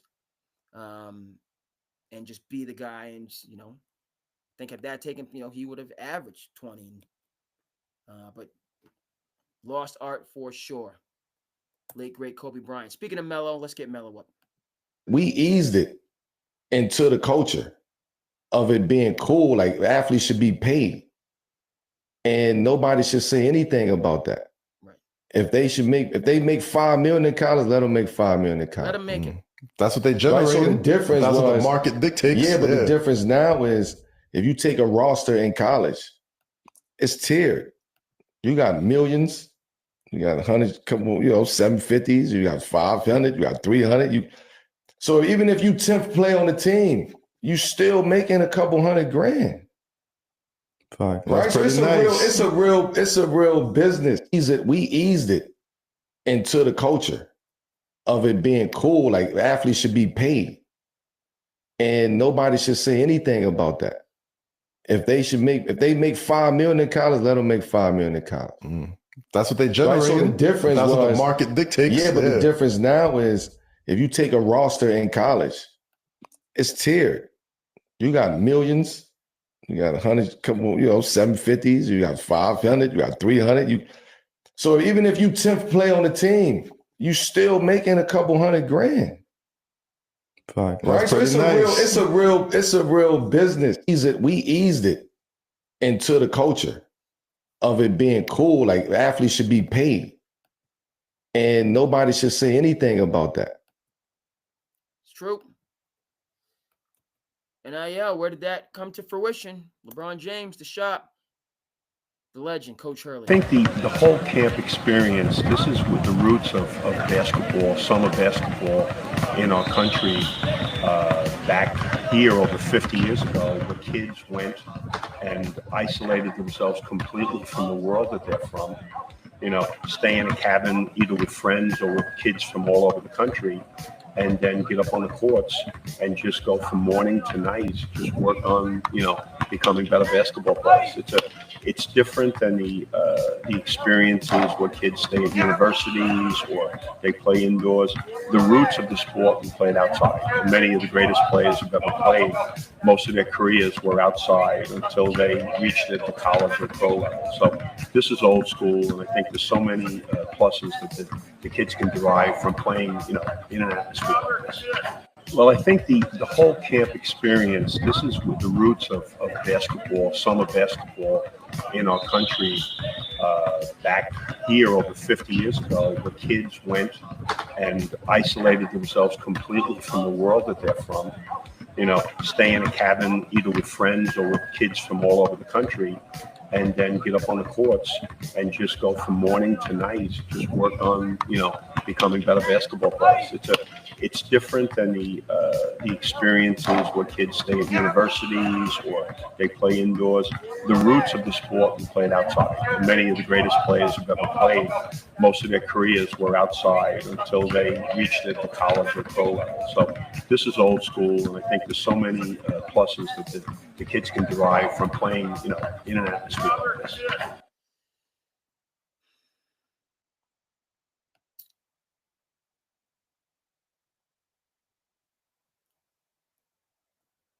Can we get Bob back? We lost. Well, I think. Yep. That's the miracle of St. Anthony. Right there. And right. I've certainly gone away from that. The playground. And it's one of these, again, cultural cell phones inside. I'm doing a podcast, in a room. White light, all the rest of that stuff. So the other parts of it, just disconnecting yourself. We don't hardly ever disconnect these days for anything. While at the same time, there's a loneliness epidemic, which is interesting. So he's a part of the miracle of St. Anthony's. Go ahead and check out the Street Stops here. Great documentary about the program. It's Miracle of St. Anthony's written by Woj. So I think that's where we're going to leave it off. On the 4th of July, check in a little bit late. Getting lost in my own neighborhoods, but still wouldn't have it any other way. Kicking off the holiday. Everybody cannot be a night owl. So hope you guys out there. Once again, shout out to Bob Hurley, a part of the miracle of St. Anthony's. And hey, it is about that time, folks.